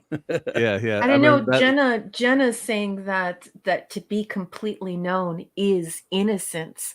That is a wow, Terry Nation. Where I mean, did you make that up yourself, Terry Nation? Because Terry Yes. Nation, you are a genius, and what a wonderful, beautiful thing to say. I mean, we all crave that, don't we? I mean, it's not just the statement in itself. It's what that statement implies, right? That we all conceal little pieces of ourselves, and we do that not only to protect ourselves, but because it's dangerous for everyone to know everything about you. But if it's an entity that makes no judgment on you and just embraces every little nook and cranny of your brain, every little nook and cranny of your soul, all of your thoughts, and that is innocence, that is a pretty incredible thing to say, because, you know, it implies that when we conceal parts of ourselves, it's because we know the world, and in so doing, we're admitting that we live in a world that is untruthful. So it's not innocent, it's corrupt, and it's untruthful. What, like Terry Nation, I just gotta throw so much praise at Terry Nation for that amazing line. To be completely known is innocence. Wow, this is so good. Thank you. Oh, I love it. By the way, the episode, someone asked when Serverland shows up. The episode called Seek, Locate, Destroy. It's a little bit it's a couple episodes down the road. So she's on her way though. Mm-hmm. And one of my favorite I love bits, that scene when she comes out and she's in that gown and it's completely white and it's see-through and you see her chesticles and she just looks so majestic. I remember looking at her going, "Oh my gosh." I love like that she woman. was just so beautiful. That's my and reaction. Scary. So my beautiful and scary at the same time. Well, no, Mark, because your Joke, reaction is a little bit more amorous. My reaction is a little bit more Statue of David. I'm not really Okay. looking at it feeling amorous. I'm looking at it thinking, my God, the beauty of the human form. And yeah, she is just totally wicked there. And it's cold in the room. You hear that, folks? It's cold in the room that day. Well, as Villa would say, I like God's taste in servants. Shut up. I absolutely love that lady playing what was the thing in the episode? She's She was Leyland or something like that. Glenno, and she was been on Doctor Who a few times, stuff like that. So yeah, I love her. I love Jenna's bit with the stuff between Jenna and Avon are some of my favorite bits of it. Like when she said, "You wouldn't be trying to get rid of me, would you?" Because I have to get rid of Blake first. You were next on my list. You were next on my list, and she goes, "That would be very disarming if I didn't know that you meant it." Then, when they're later, when she asks him, Avon, could you kill someone face to face? I mean, I don't know. Could you? That's one sure way to find out. Yeah. I love her. And again, for anyone wondering where'd all those riches, why would a ship like the Liberator have all those riches and all that stuff? We don't know. But it's still cool. Yeah. The plot thickens. But I have suspicions.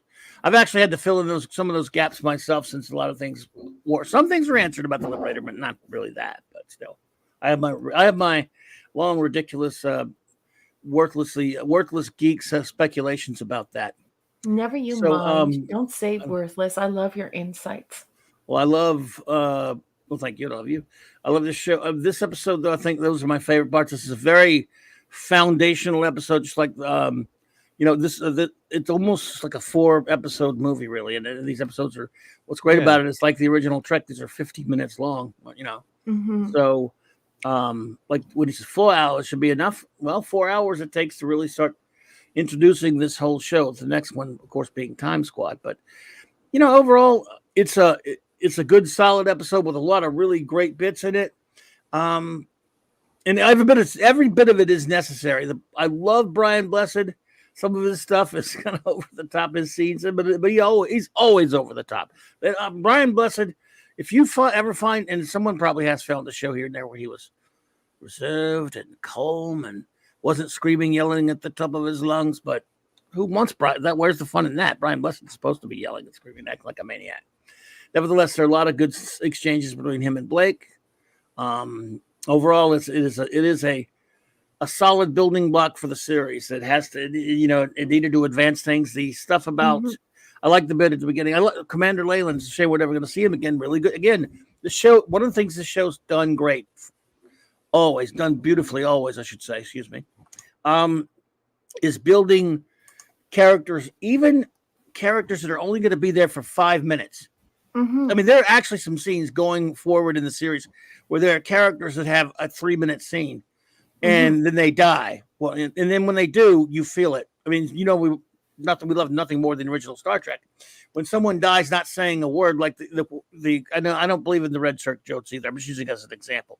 When an anonymous crewman dies, the only satisfaction we get is Kirk's reaction to it or whatever. But they will give these characters a few lines of dialogue. They'll talk a few minutes, and it's so good. Then when they get killed, you're shocked by it. And you feel it. This show has done that brilliantly all throughout its series with secondary or small role characters. Like the priestess, when the priestess kisses Gan, she kisses him passionately, and you're thinking to yourself, "Oh, she's quite evil, isn't she?" But later, when Gan is in danger, she cries out to warn him so that he isn't injured or killed. And that's when we learn that this priestess she actually does have affection for Gan, and she's killed as a result. And you feel terrible because you're like, oh my gosh, we thought she was just this cold, manipulative killer. And she actually did love Gan, not love, but you know what I mean, was attracted to Gan. She had compassion for him. Even though she was willing to see him sacrificed on the damn altar, but but it just shows that there are so many motivations. I like it. Oh no, I love her. It was a shame to see all those guys trying to fight valiantly getting killed. We only end up with, the perfect number, of course, Avon and the only ones with the only actors with any kind of chops were Michael Keating and David Jackson. So it's a good thing they made it to the Liberator. And so all those other ones. You think one of those other guys is gonna be on the crew, the younger guy, or you think maybe, because he's putting a teleporter bracelet on, then he gets killed. But you're not sure watching the show for the first time, like who's gonna make it back to the ship, who's gonna be Blake 7. Obviously, the title's a spoiler, Blake 7. and you're like, who's gonna be the crew? You don't know who the full. Yeah. I have an answer. I love Jill, this. I can answer the question. Okay, answer it.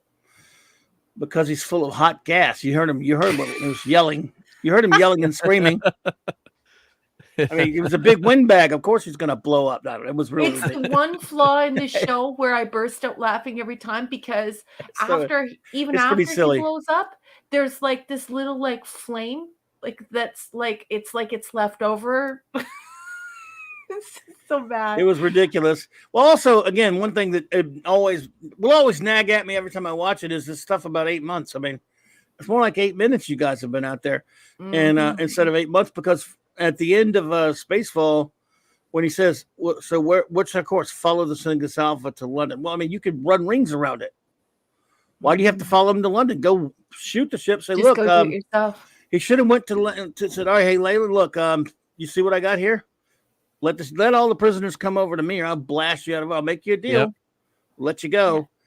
Yeah. And that's actually the more logical thing that would have happened because he's got the Liberator. You know, he could have just taken it that way, but this was so. Well, they also didn't know how to use the ship that well at that point. Maybe also yes, but look how fast Zen got. Hey, anonymous gamer, look. Hey, good to see you. Look how fast the Liberator got to Cygnus Alpha. So fast they thought it had just stopped on him, but it was already there. Yeah, we're here. Are we there yet? Stopped. Yes. While we're sitting here talking about all the details, I just want to say how impressed I am with the exchanges in the chat. I just want to thank could not be reached for further comment. Larry, Ezra, Fanti, Ravenscroft, Shooter, just everyone. Just such a great conversation about the episode. It is so nice to see everyone having such a good time because of Blake 7 and really enjoying something. It's just super cool because we don't really get very many opportunities to do that with modern television. And I said Dave Bob's here. Dave Bob, buddy, what's up? Bob. But so anyone, if any of you have any rating you might have for this episode, now you do it any way you want. We always, for the fun of it, we're doing on a rating from 1 to 7. Since the show's called Blake 7, so 7 is 10 in this case. It's the highest. I give it a 7 out of 7, boss. This one is a 7 out of 7 for me. I think 1978 science fiction television. I think this works for me. It's not that it's flawless because the whole thing of exploding in space and then also having residual explosion in space afterwards, where there's like flames in space, a little silly, and the operatic elements do detract slightly, but I'm used to opera. I like opera, so but it's still a 7 out of 7 for me, Clobby. Okay, that's great. And Mark, I give it a 5.5. It loses a little bit of points for that operatic stuff, but no, that's an excellent. It's an excellent episode. Having seen the rest of the series, I would say there's some great stuff to come, but this is a great setup. And of course, that's a great point. Yeah, Blake is he's not that. There's a lot to this character, and even as you mentioned, the minor characters are very well rounded in this episode, and all of Blake 7. So they're very, that captain, you just believe him as that captain of that prison transport. So everything is well done in here, but it's losing some points just because of the hokiness of that whole plot line with the gods, the worship, and it just lost a little bit for me there. But other than that, I think it's excellent all around. It's a great introduction to these characters, and it's just a really underrated. I don't think it's not underrated, just not known series. I think most people that watch it end up really loving it, but it's just not very well known, well known for us. So. And I love, I fell in love with all these, the lines in these shows. So of course, as we've been going, I've been clipping. So Avon is just it's just so good. You wouldn't be trying to get rid of me, would you? I have to get rid of Blake first. You're next on my list. We're recreating your VHS tape slowly but surely. I wish I had it. I wish you wouldn't have shown that, because that was actually a scene where I found Paul Darrow very sexy, like extremely sexy. Like I was like, ooh. Well, what's Like wrong with showing it? if I would have been working with him, yeah, like that's a yes for me. Yes, it's a solid yes. Just play it one more time, and he's very sexy. Okay. Play it one Here more we time. go. Here Please. we go. Here we go. You wouldn't be trying to get rid of me, would you? I have to get rid of Blake first. You're next on my list. Ooh, Raquel's next on his list. Yeah. Oh, and Like, Fanty. I'll Yeah. take some of that. I'll have that with like a side of champagne. Let's do it. Let's do it right now. Oh, 5.5 is a great rating. I mean, 5.5 out of 7. That's good. Yeah. Did I not see? Oh, I love Brian Blessed. Yeah. Yeah. I love Brian Blessed. Yeah, So, yeah. all right, my rating is a lot more cruel, I guess. I gave it a 3.5. Shame on you. It's a 3.5. There All are right, now 52 Fanty, go after Clobbering There are times now. 52 episodes. I rank it at number 40. I've done a ranking show where I've ranked them all. 3.5 is pretty. Oh, 3.5 plus, actually. Sorry, 3.5 plus. I like it. I like the episode. It's a good ground foundation. Foundation episode. You got to understand. I've watched all these so many times. I'm trying to keep a sense of proportion. There's only 7. The 7 is the highest rating, and there are episodes that are 10 times better than this. I'm sorry, there are episodes that are far, far better. I do like it, but there are episodes that are just extra. Well, there are 39 better ones. I mean, or at least 30 something better ones. So, yeah. What did you like about this episode? Not really much I didn't like about it. Like I said, Okay. I don't like I said, him blowing up in space is silly. The stuff like that are goof ups or whatever. I don't. That never affect the story of an episode. Yeah. Some of the over the top stuff with the church, the whole the whole religion thing being involved. That's in it. what I thought. Yeah. It's. I'm not saying it's invalid. It's just that it's kind of. It never really sat well with me. I mean, religious zealots are fine target. Look, can be targets just like anybody else. But I always thought that Blake should have just went and taken the Cygnus with the Liberator without even going to Cygnus. So that's always been kind of a problem to me. So, but it's still good. I like it a lot. There's a lot of good stuff to like. The Avon and Jenna stuff is fantastic. Oh my gosh, yes, and he's actually like now I think I have a crush on this guy. Like he's hot. He's hot. Come on, tell me he's not hot. He's hot. I'm not into dudes, so I don't know. Anyway, I think he's extremely Jenna's hot. Jenna's hot. Yeah, Jenna's beautiful. But Avon, I would have tapped that. Oh, well. Wow. If you didn't want the answer, you shouldn't have asked the question. Well, I'm just laughing. I'm just enjoying it. I'm just enjoying that. Yep. Yeah. Cool. Play the clip one more time. Woohoo. Okay, play it again, Sam. Hey, Mrs. Dadman. Let me go back to here we go. This is from Raquel. You wouldn't be trying to get rid of me, would you? I have to get rid of Blake first. You're next on my list. That's probably my second favorite exchange between the two of them. And since it's not going to be spoilers, since none of you will know the episode really that much, is when in a certain episode when they're about to go down to a planet, Jenna says, "Avon, guess what? Watch yourself. I have a feeling Blake's rushing things, not giving himself a chance to think. Blake is an idealist, Jenna. He cannot afford to think." I love it. Such good lines. But yeah, he needed a smooch right there. And their chemistry is it's bang on for me. Like she loves Blake. Oh, but the chemistry between Jenna and Avon, it's good. She loves Blake. Does anyone love Blake? Are you shipping? No, I'm not shipping. I'm just saying that I am not against sexy scenes as long as A, they don't take over the whole show, and B, they're adult and realistic. Yeah. Well, no, I got you. Love should be dignified. I always think Why is it in modern television that love is not dignified? Like everyone's acting like they're in grade 5 and they're playing spin the bottle. It's very annoying. No, but still, you could go. I think that's a good. These two are a good match, or whatever. Like for example, I think Avon and Callie were actually a good match, and they just didn't have. Again, the thing is that could be there, and you can think it without it ever being part of the episodes that much. Yeah, which is great. It's actually better that way. It's like Maddie and David. Yeah, Moonlighting. You don't want them to get together, but there For was sure. some tension there. There was some, yeah, and of course this is early in the show, so like, oh, maybe they're gonna get together, you know. Yeah. When I'm And on I'm not set, saying, I just would have said to Paul Darrow, hey, Paul, what are you doing for lunch? She might have. And we would have Maybe she had some did. lunch.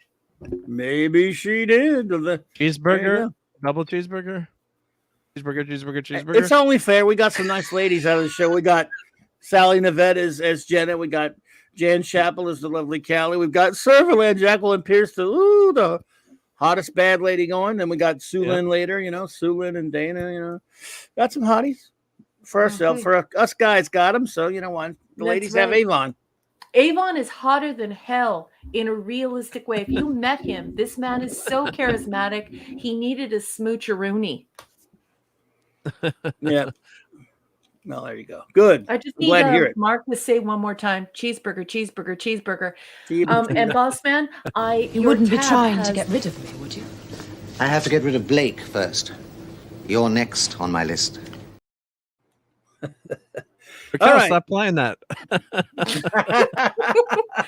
Boss man, you have 11 responses waiting for you in your tab. Let's go for it. Shooter says, B, always giving it letters. B for it's Blake 7 or 6 because we only have 6 of Blake's 7. All righty. Could not be reaching for the comment. Says Avon. It says a bunch of Avons. Or 1, 2, 3, 4, 5, 6 Avons, I guess. Okay. Yeah, it's 6 out of 7. Okay. Nice rating system. Larry says the computer is 7. The computer is 7. Okay. Yeah, Zen is 7. J.J. Kirk says 6.75 out of 7.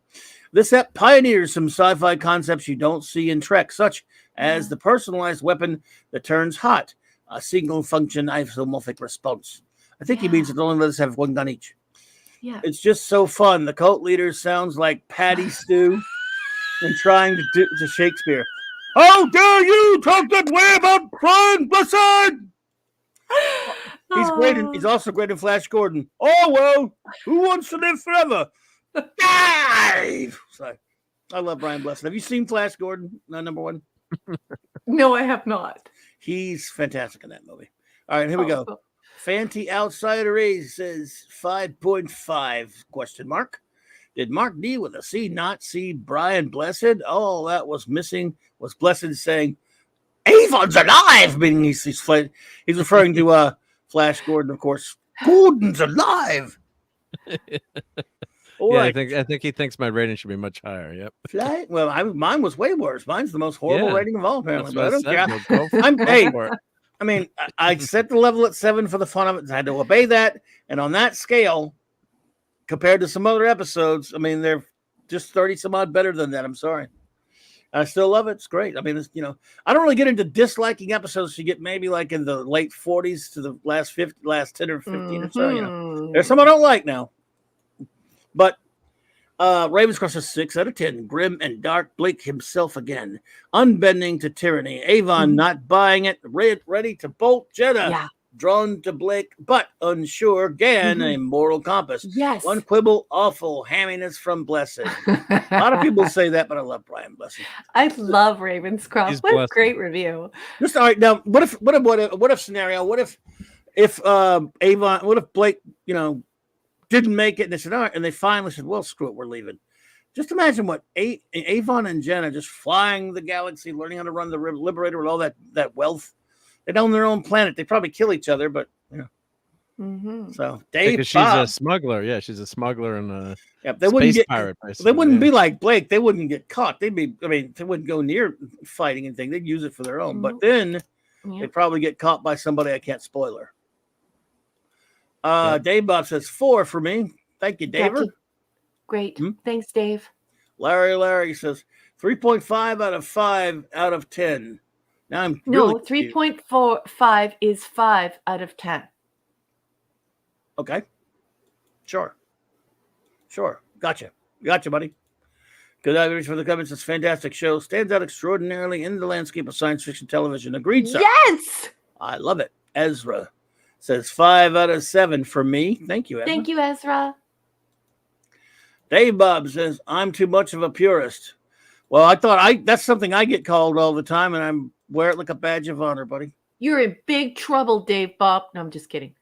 I give it a 6.5. Fanty says, Brian Blessed plus an episode with plotting Avon. What more could you ask? What more can anyone ask? Yeah. Hey, there you go. Well, what a fun time. Rating from Picasso?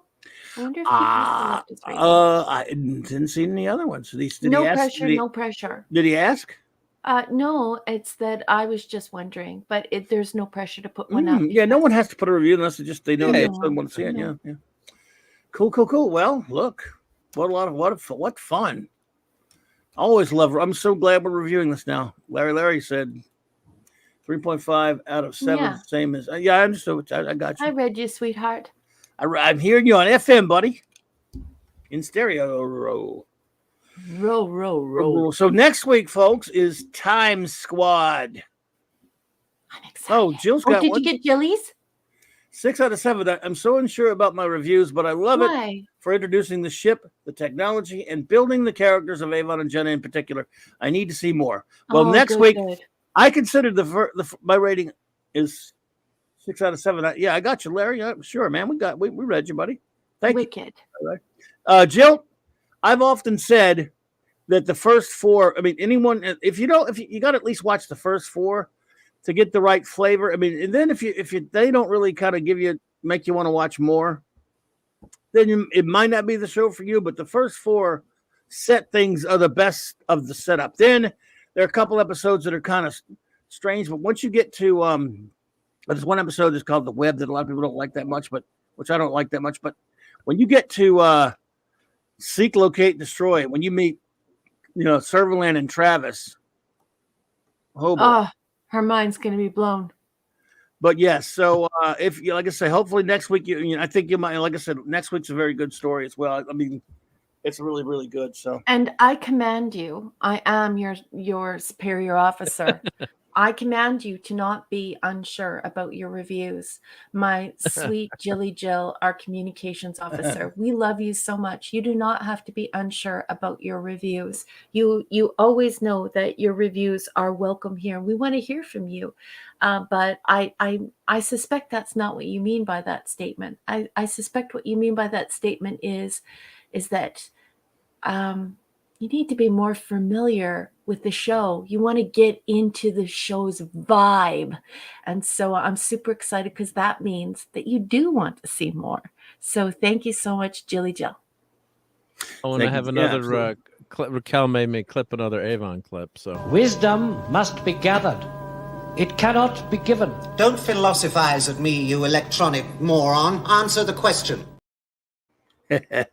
Shades of Dr. Smith there. Brian Hepburn. At least you didn't call him you. You didn't call him you bubble-headed booby.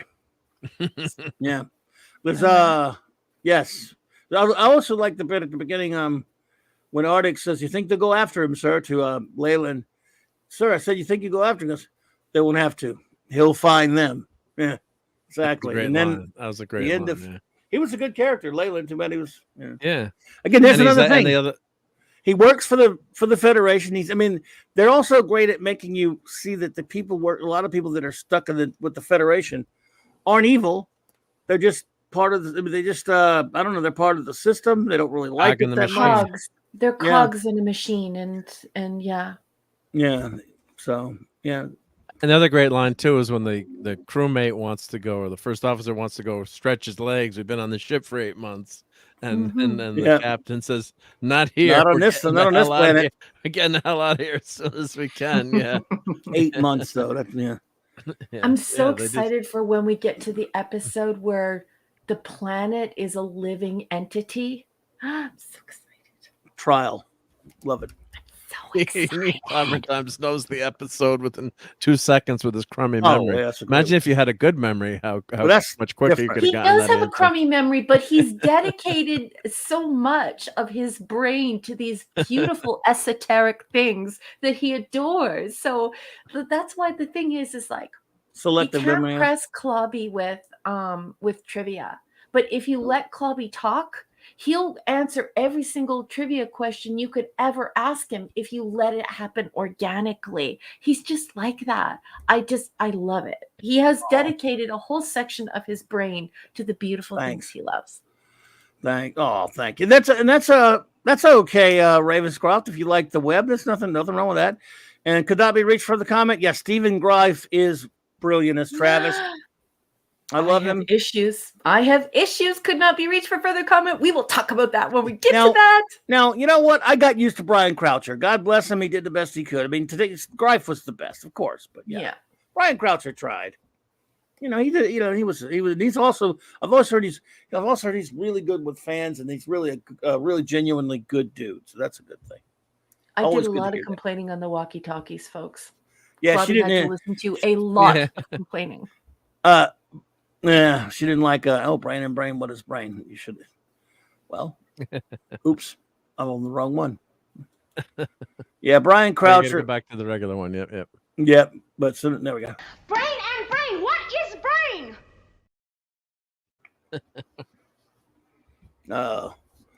Only on Geek Stuff, buddy. Thank you. Thanks, Larry. I love what Larry says. Clubby's memory is rock solid in the things we like. That is so true, baby. Thanks, that buddy. is so true. Yep, and it's useless, but I'll take it. Hey, it's not useless. Stop it. Shin kicks. Ouch. Ouchiness. So what, man? I love that we're reviewing this. After this, we should review The Prisoner. Yes, please. Can we do The Prisoner right after? Yep, if you want to. Okay. Well, you're the boss, so yeah. Prisoner it is next, folks. Of course, it's a year away, but hey. I'll probably for Stargirl Phantom Outsider, but I'll probably watch it like twice before then. I'm down to averaging like one Prisoner binge a year now. So well, it's short enough, right? You've cut back, Club. You've cut back. Yeah. It's shorter, but they're 15 episodes of Blake's, and I do it every year. So. Yeah. Well, guys, we just hit the 10 p.m. Mountain mark. Let's get a move on. Maybe we should get moving on to Star Trek Early Voyages because I'm super excited to talk about it. Oh, yeah. Let me go get it. Star Trek. Thank you. Let me minimize this. And thank you, Jill, for pointing out I had the wrong slideshow up. Issue 12, I believe. Issue number 12. Yes. There we go. Wrong background. What the hell? Well, sometimes it doesn't change the background. Are you going to play the intro video, Clubby? In a second. Okay. Where's the background? Where's our background? Which one is it? That one? Oh, yeah. Thanks. Sometimes it doesn't change when you go between brands on your stream. Weird. I don't know why. Okay. There you go. Yeah. All right. But what do we look at? Where are you? Where the fuck are you? There you are. All right. Okay. All right, everybody. It is time to review Star Trek: The Early Voyages.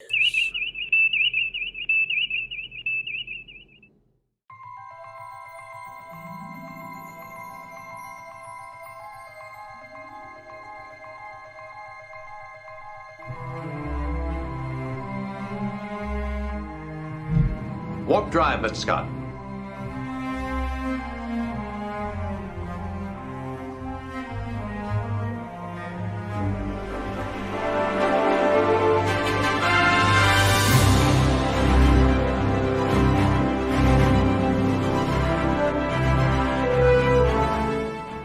Ahead warp 1, Mr. Sulu.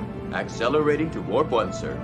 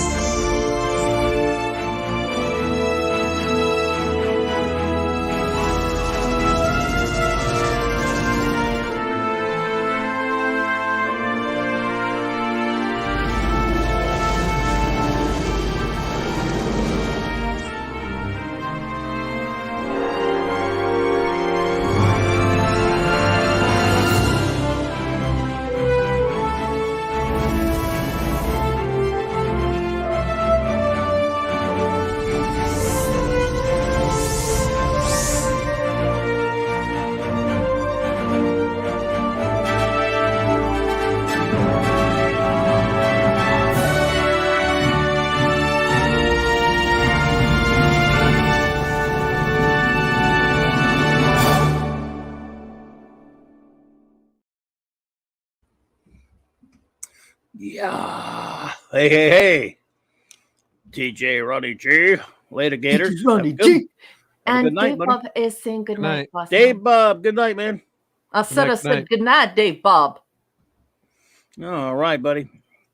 All Ooh, right, folks. DJ Ronnie G has to wake up early tomorrow for a haircut. Oh, good night, DJ Ronnie G. Thank you for joining us. Shave and a haircut. 2 bits. All right, folks. So it's time for our Star Trek comic review. Tonight, Star Trek: The Early Voyages, issue number 12.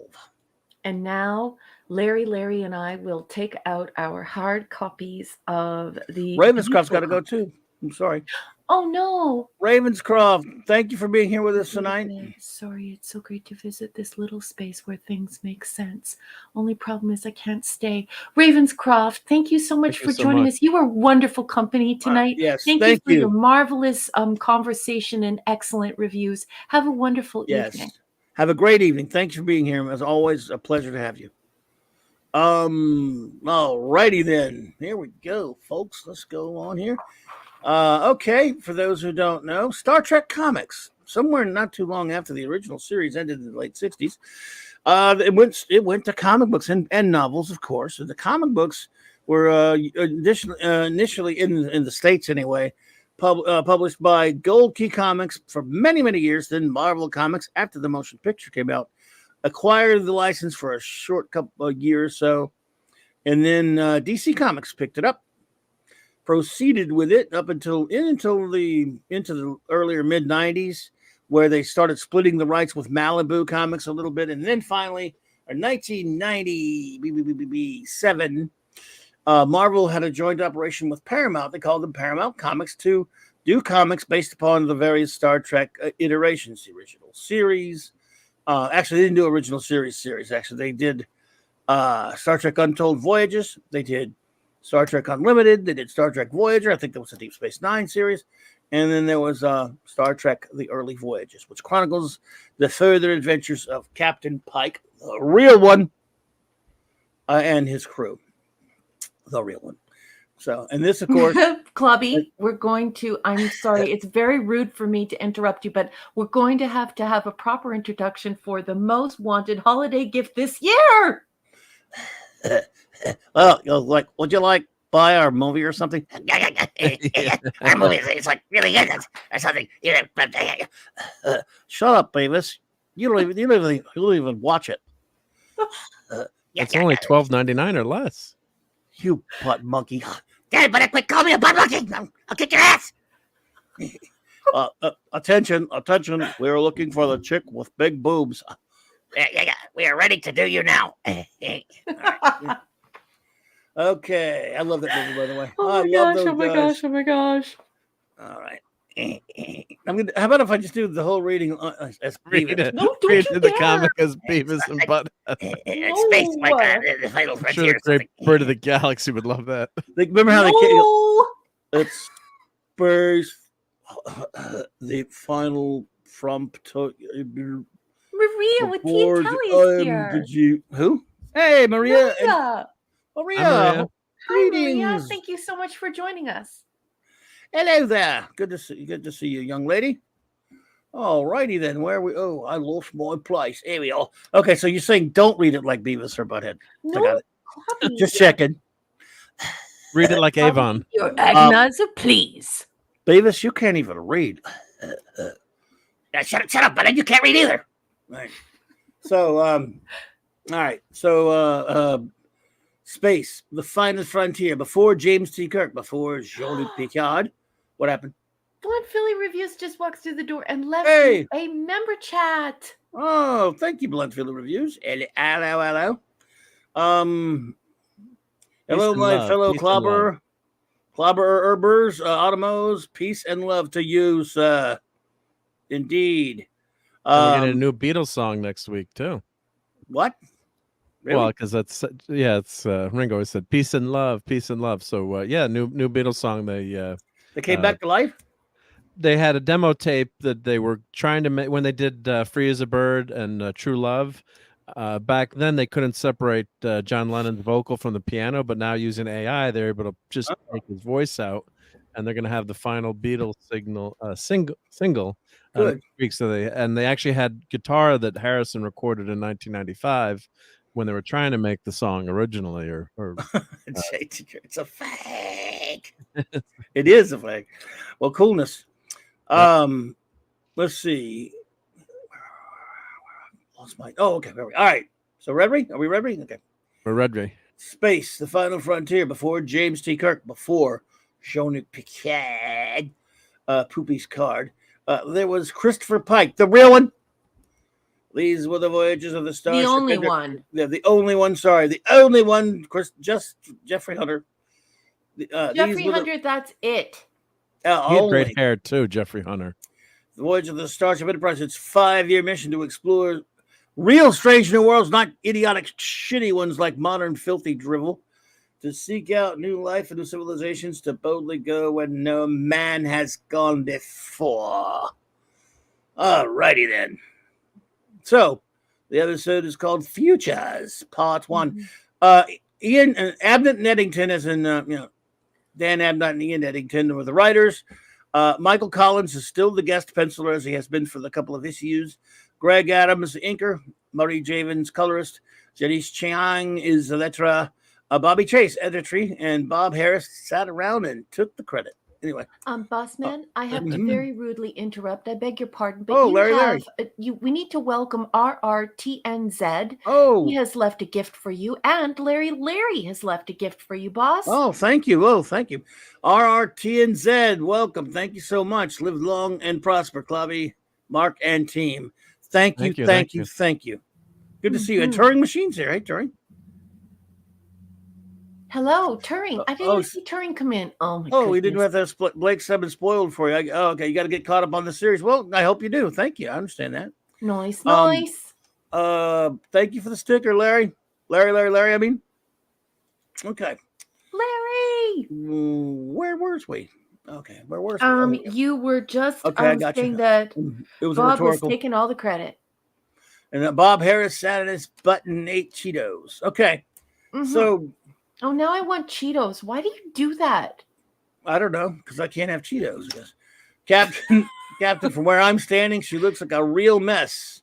This is the chief engineer. Yeah. And wow, that's a pretty nice spread right there. He is, of course, the engineer standing outside in space dock at the Al Ghul or whatever space station, Starbase 45. So, yep, he's reporting the ship's under repair after the. Well, anyway, Captain's log, stardate 389.4 hike. One day I'll stop saying that after I do numbers. I don't know. So, after the cessation of hostilities between Starfleet and the Tholian Assembly over the disputed Phaetra Caleb colony, the Enterprise and the Nelson have pulled into Starbase 45 at Al Ghul 2 to lick our wounds. The Chakun of the Tholians shock troops really chewed us up and spit us out. We were the fortunate ones, however, unlike the Brazazov and the Achilles. So here's Dr. Boyce haranguing Pike about taking a vacation, and he surprised him because he says, I'm going on shore leave. So there. Yeah. Feel enough with the travelogue. I've arranged to be down with the next rotation. Good. By the way, I heard number 1 was summoned into the presence of Commodore Strickland, no less. So anyway, on the base, the Commodore has a meeting with number 1. Boss man, speaking of number 1, Larry has left you a gift. Oh, thank you. Yeah, I know, JT. Larry. It's immature. Thank you, Larry. Says Raquel. I love you. Thank you for everything. 7 times to give you a rating of 7 Raquels. Yes. A rating scale for Blake 7. Thank you, Larry. Thank you, Larry. So he's promoted number 1 to captain of the Nelson. He is.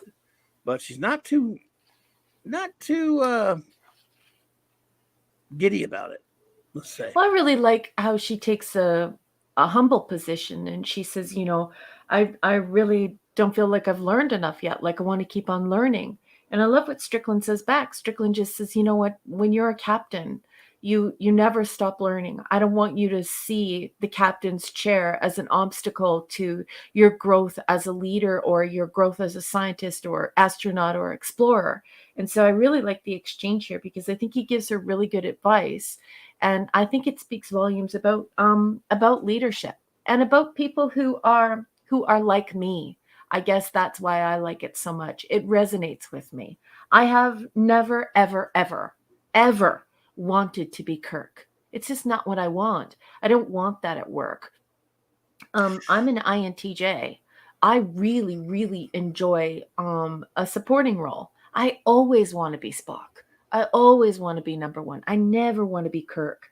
And I really like just the way that this whole conversation transpires and everything we say. I think it's just super, uber, uber cool and wonderful, truly wonderful.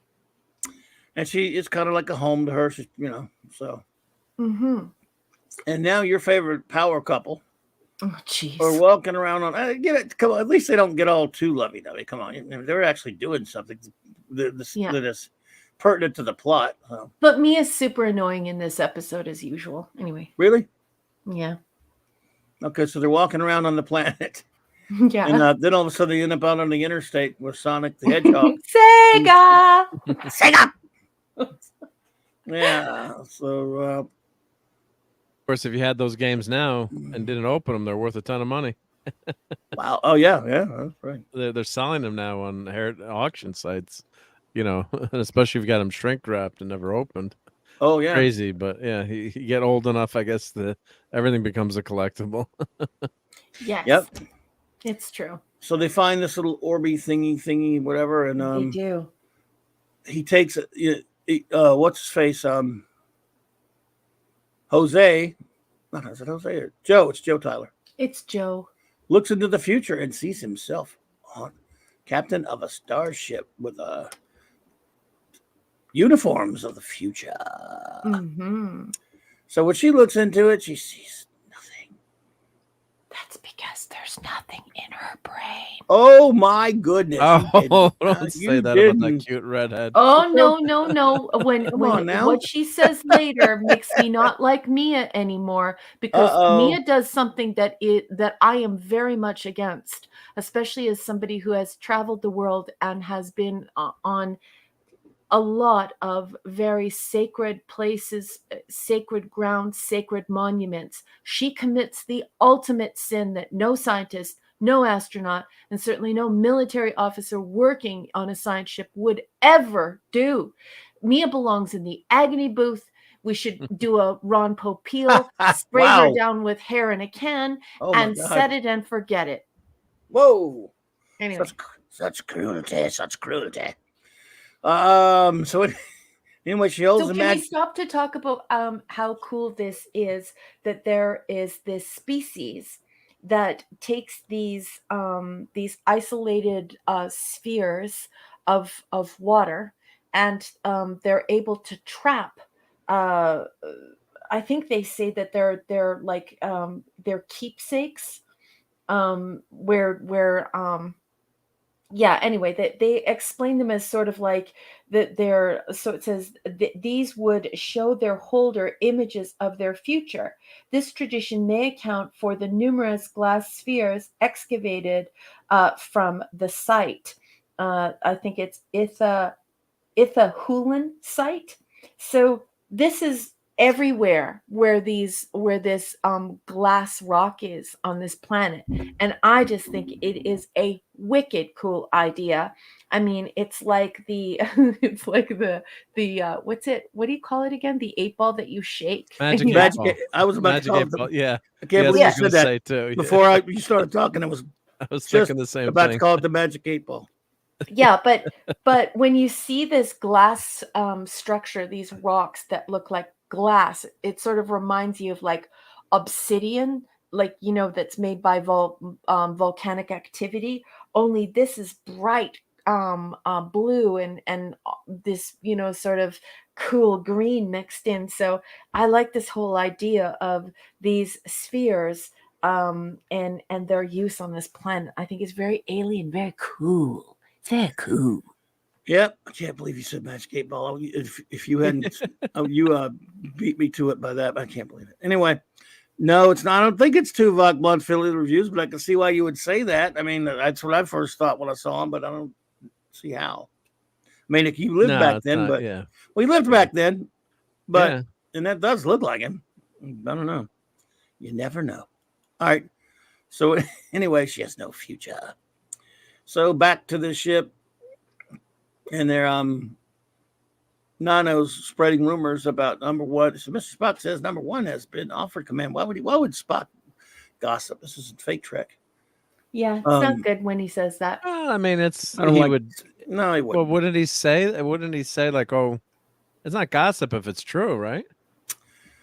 Could be. You could be letting a secret out. I mean, Or it could have been as some just sort illogical. of it could have been some sort of evaluation tip off, you know, like you're going to be evaluated for a new position if she goes through with this. And it could have been very logical and wonderful, but of course, on a ship they turn it into donk. I love Anyway. it. Donk. So anyway, she's asking boys some advice about all that stuff. That's a nice shot right there. She's gorgeous. Yeah. And I love the way that she's drawn here. But I don't like this page as far as the final panel. I think it's called a panel of Dr. Boyce, because he looks like a wall-eyed salmon. Like, which eye do I trust here? So whomever drew that. Shin kicks. Michael Shin Collins, kicks. same guy drew it all of it. Well, why did he mess up on the one eyeball there? It looks weird. Sometimes you're running quick Deadline. on deadline time. Yeah. Deadline, yeah. Okay, well, if this comic wasn't a collector's item, I would fill that eyeball in so it wouldn't creep me out. You can so do it. much. It's your comic. Anyway, creep me out, club. No, I hear you. I hear you, Blunt Philly. I'm just saying, you know, he does look like him. You're right. So what, Mark? Well, I was gonna say you can also cut out the ads and send them in, but I don't think they'll still be redeemed too. But I wonder how many kids ruined comics back in the day to cut out the ads. Yep. Yeah. So here we go. We're in engineering, and again, you can tell a very rushed couple of panels here by Michael and Greg. But here we go again. Here's the kind of fan service type thing that I don't mind it too much. What the heck? It's kind of fun. I don't mean this ad either. Here we meet a new member of the crew. We did. And it's Scotty. Just kidding. But that's what I thought when he started talking like that. There was this. I think it was kind of funny. This silhouette. You're thinking, oh my God, it's going to be Scotty. Yeah. The way he talked. Yeah. This bloody thing from going up into your face. You're routing too much juice to the tertiary backup system. Anyway, but he wasn't Scotty, so that's good. I mean, even if he was, I'd probably been okay. But Yeah. he's got his second, of course, died in the last issue. Mm-hmm. So this dude, I don't know if they're setting him up. The Achilles, yeah. Yeah, it's for the Achilles. Where that ship got destroyed. Yep. Yep. So he's now a member of the crew of the Enterprise. Mm-hmm. And Got sort of a trip feel to him. yeah, they're sort of now. See, again, this show, these writers that I've really enjoyed the comic. Don't get me wrong. I made this observation last week. They, of course, love original Trek. There's no question about that. But they've also obviously watched a lot TNG. They watched DS9. They probably watched Voyager at the time this is out. But I'm watching both of them, and they're writing this show, this comic, in some ways like that. You know, the personal life stuff, the bigger crew trying to give everyone stuff to do and all that. Yeah. And I was perfectly content, you know, in the original series being Kirk, Spock, McCoy, and everyone else got a thing to do here and there. And we speculated if the show had gone on as Pike, it probably would have been something similar. It would have been Pike and, you know, number one and Spock or, you know, whomever, you know, but anyway. Mm-hmm. Just saying, but that's neither here nor there. All right. So we have a new crew member. No, I totally agree with you, Clobby. I like it much better when they focus on the Holy Trinity. Just let the Trinity happen. Leave it alone. Yeah, they kind of spread things a little thin, but They do, Oh, and I'm not sure I'm interested in some of these characters. Like I see that they're moving toward helping us to become more attached to Grace. I'm not sure if I'm interested in Grace, and I'm not sure if I'm interested in this new Trip-like character. Obviously, it's pre-Trip, but you know what I'm saying. Like I don't know. No, this comic was not made before Tuvok existed, and it wasn't even made before it was established he was in Starfleet at that time, Empress. So it could have been. Oh, well, he actually was. Wait a minute, I'll take it back. He was not in Starfleet when Pike's time, but that look ahead to the future with those uniforms, he was in Starfleet around that point. Yeah. Yes. So I was just gonna say, I gotta mention you skipped Stan's soapbox again, and no, also what do you have to agitate me for? I have blood pressure issues. Thank you. Mark? And also that one they actually, for Micronauts lovers, Michael Golden got announced as the senior art director of Marvel at that month too. So that was a cool thing. He took over for recently just deceased, but now retired John Romita Sr. But I love you, Mark, but we have now scheduled you for your Klingon Rite of Ascension. You will be scheduled for the holodeck at 11 p.m. Okay, I'll be there. There's more than one Scottish guy and space guy. So yeah, what a fake out. But yeah, I realize there's more than one. And I'm sure there's even more than one engineer, but it's like a stereotype almost. It is, and don't do that. So I'll take it in my quarters. You'll take it anyway. So it's Captain's eyes only message you got. Authorization granted. Blah.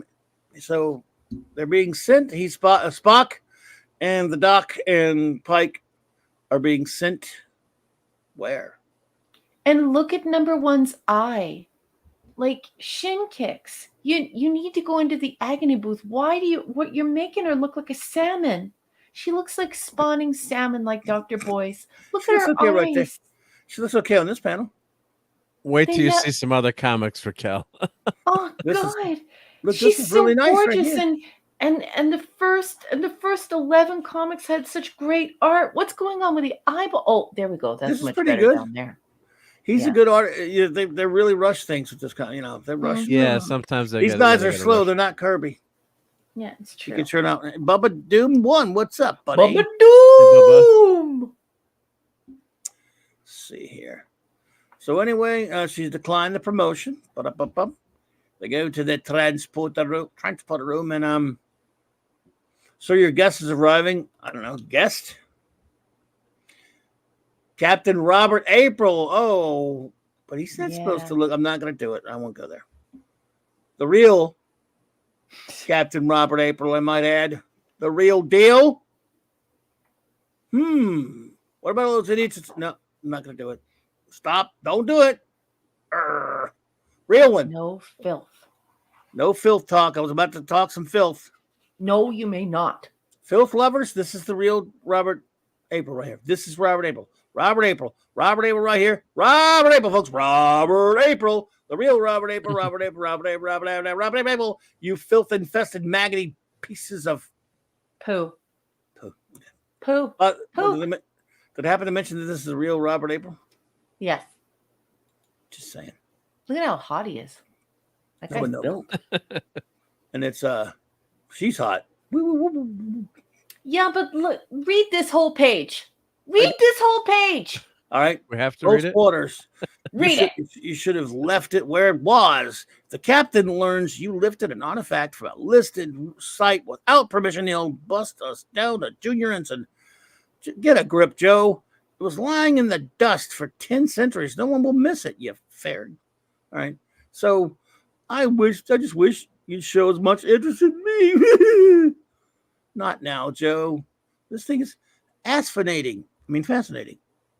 Except I still not seeing anything but darkness. I'm sure I imagined what I saw. It's just a piece of, glass.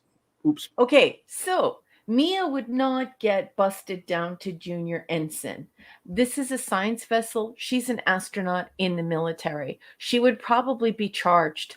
You don't go to an archaeological site and True. illegally remove artifacts. So Yes. she wouldn't just get busted down to Yeah. junior grade ensign. She would be in massive legal trouble. The MPs would be Could be. taking her away. She'd be in massive trouble. Also, I don't care about Joe's smoochy with Mia. I'm not interested. Also, love the next panel that shows there's nothing going on in her brain. At least the art's better on this page. Look, see? It is a little bit better, yeah. There's a faint energy pattern in the tricorder regions as tachyon. They always blame tachyon particles. Tachyon particles this, tachyon particles that. Anyway. Besides, it really creeps me out that you saw something and I didn't look. I was just only kidding when I said it was because you didn't have no future. I'm sure you'll live a couple of weeks, years. I mean decades. I'm going to try agitating the particles so it will blow us all up with tachyon particles, I guess. How about not playing with that in the friggin' quarters, idiot? So she plays around with it. Put it down. It's cool. No. Heat it. Spicy. Woo! There she goes. What? Idiot. Nice. That's good. Looks good right there, though. Yeah. Mia. Okay. Mia. Tyler, the bridge. Emergency. Repeat. Emergency. So she wakes up. Tyler, Joe. Blah, blah, blah. Hey, you. This is a restricted zone, lady. Consider yourself under arresty. And you do not want. I want to leave a surprise. Have you seen the next issue? No. Oh, boy. Don't wreck it for me. Don't tell her, Mark. Don't wreck it for me. Okay. Mark, have you seen it? Yes. Would you remember Mark, it? did we lose you? Did you step out to go get ice cream? Marco. Hello. Marco. Oh, you must have. Yeah, he had to. You didn't say my BRB. I had to take my. I got to grab my meds. I'll be right back. Okay. Okay, you go. I'm still listening though. Okay, sweetheart. So that's that for that issue. While we're waiting on him, what did you think of the issue? I thought it was some weak sauce. I didn't think it was as strong as, let's say, the first 10. I would say the first 9. The first 9 comics are very strong. Number 10, we get that stuff that goes on with Gabby. Then number 11, we have that stuff that goes on with Gabby.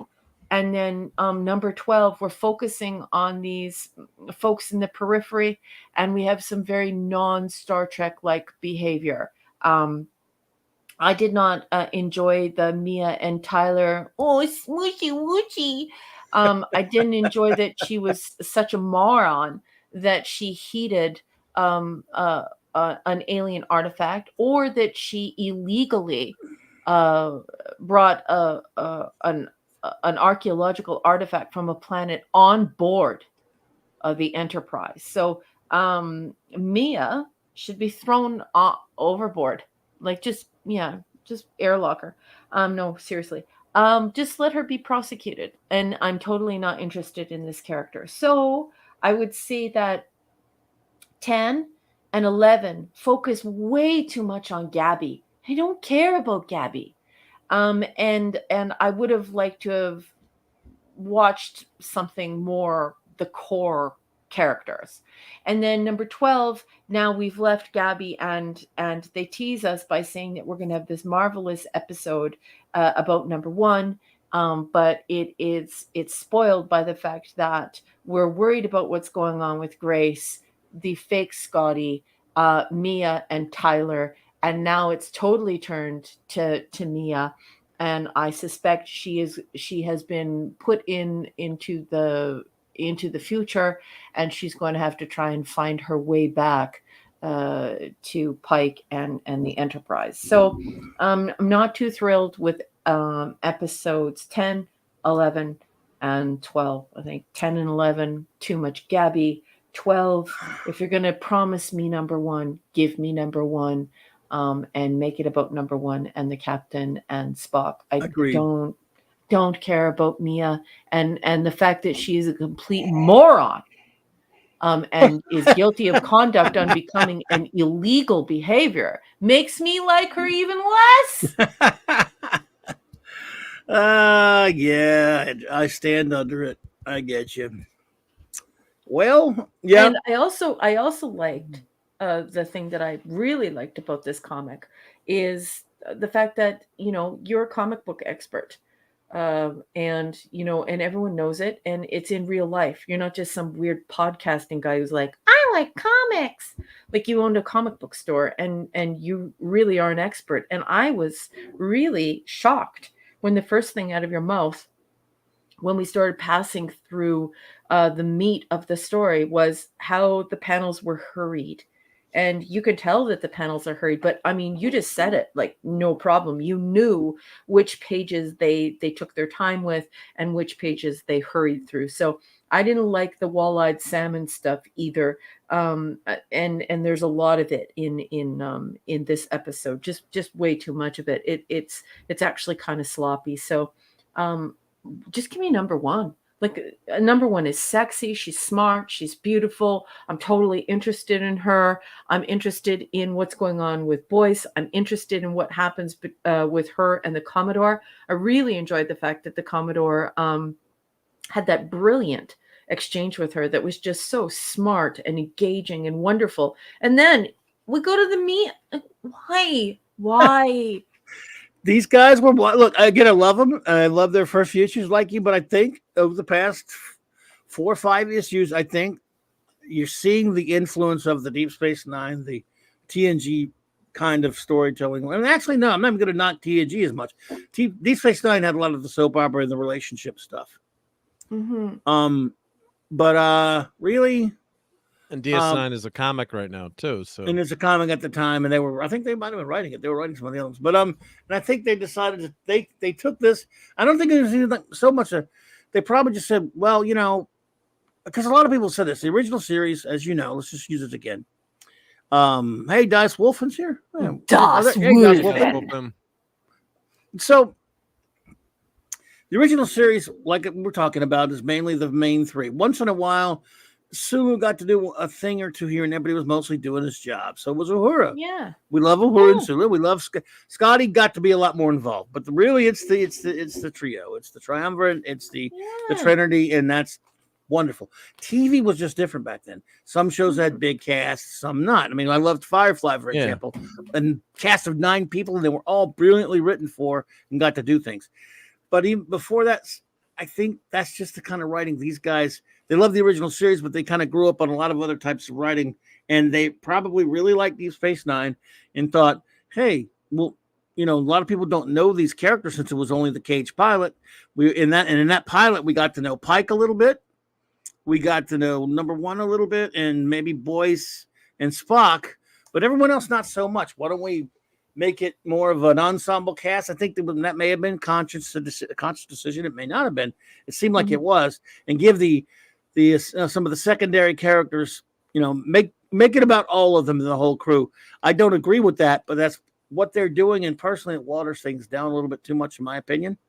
Mm-hmm. It's not that it's just because when you do that, you tend to get into the habit of making a soap opera.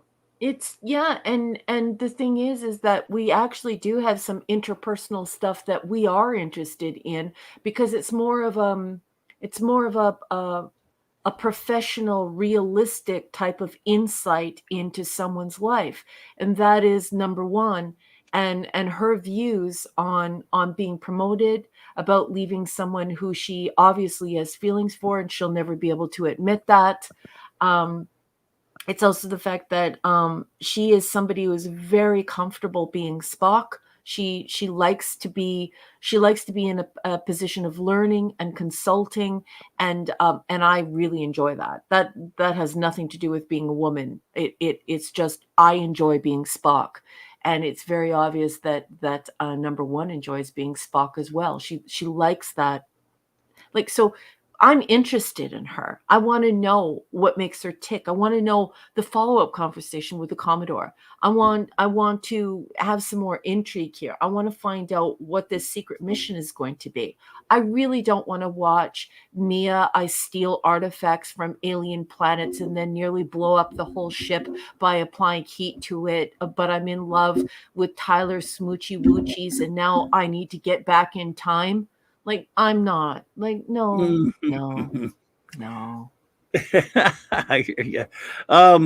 Let's say something. Blunt Philly reviews. Just a sidetrack there. You mentioned Firefly. I shouldn't have mentioned it, but you said he watched the first one, didn't like it. But should I go? Am I being a dope? Should I go back and watch it? Well, all I can say is this to you, and I'm gonna get right back to the comic.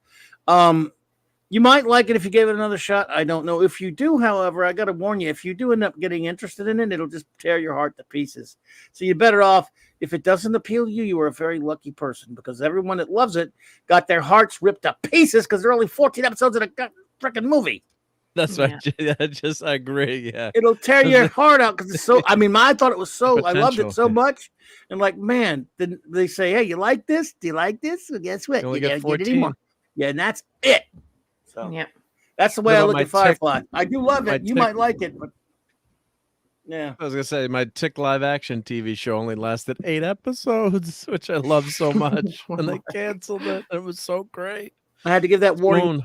I give that warning to Anna. I know what you mean. I give that warning to everyone who asks should they watch Firefly, because I used to get people mad at me when they did watch it and go, wait, but that's all there was. What's wrong with you? Why'd you tell me to watch that? Anyway, let's get back to this. Mark, what do you think of the comment? Yeah, I mean, it's I'm not as harsh as it on Raquel, but I see what why Mia. Yeah, she definitely screwed up there. I can't. That's almost like the scientist in Tales of Tomorrow with the beakers in the refrigerator. You like, you really did that? Yeah. So that didn't make sense to me too. That's where it could be a flawed character, but she's not doing it for profit, really. She's just doing it for curiosity. But and then she starts experimenting with the globe too in her quarters without any containment device, without anything too, which compounds the situation. So and how did she get it on board? Did she take it through the transporter? Yeah, maybe it could have gone through the transporter if it was just inert, if it's an alien object that was inert glass, but until she activated it. But yeah, that's true too. Yeah, it's going through the transporter and she's smuggling it aboard. Or if they had done this with a different crew member, because we all like Mia Colt. So if they had done, had this adventure with a different crew member, but obviously what they're doing. Well, I don't know if you're flipping to the next page, Clobberin Times. No, don't spoil it don't spoil it the next one. No. Yeah, Raquel has the comic anyway in the covers. So, I know, but she can just let her learn for herself. Yeah. But you may or may not like what's coming up next. But it's not terrible. The art's rushed, but I think Collins is a temporary penciler at this point too. I think. Yeah, he's not or going to take much longer. Over. No, Searcher comes back. Okay, you guys want to unpack that a little bit, because remember, I'm a nerd, and there are some nerds in this room. How do you know that it's the penciler? Well, it depends. Everything starts and stops with the penciler, and the thing is, when the deadline's so much, the penciler could have took so long, and he rushed some of the pencils, right? Well, then let's find. That's a really good page. That's a really good page. All this is fine. Yeah. Up in here, basically, he does. It depends on how much he gets done. The inker sometimes is the embellisher that does all the backgrounds and stuff like that. But I can show you that the ink, the inker didn't have a lot to do here. I think I can tell that most of this is the penciler by looking at just looking at the panel, looking at the face, how filled out they are and stuff. And then you go to this page up here, and more weak sauce on this panel, but kind of good on this one. Really good page rate. A lot of good pages in this one. I think the art job was mostly pretty straight, except you got a couple times where you see here, this is poorly inked. Inker should have fixed the eye. A lot the of eye is terrible, Mark. Scratchy inkers. But I'm not blaming the inker too much, because for the most part, I think most of the panels are pretty good. In fact, there's more good than bad in here when I go back and look at it. I think so too. Right here is terrible. This is a bad page. This is a bad page, and I noticed it right away, and I don't even know anything about comics. Yeah, I think I'm just looking at the inks. Hunger Boy's the expert, but there's some poor inking here. And again, this is a lot of work to do this one page. Could have taken him like a day and a half or 2 days, depending on how slow he is. And the penciler, I don't know, I'm not much of an artist, but his composition's kind of weak. And especially with all that background there, where like that bottom panel is just the two characters with no background. much faster to draw. But when you draw in the engine room, you've got to put all that stuff in there, and the perspective is off on the person underneath the desk there. You know, it's not a great page, but he rushed this panel a little bit.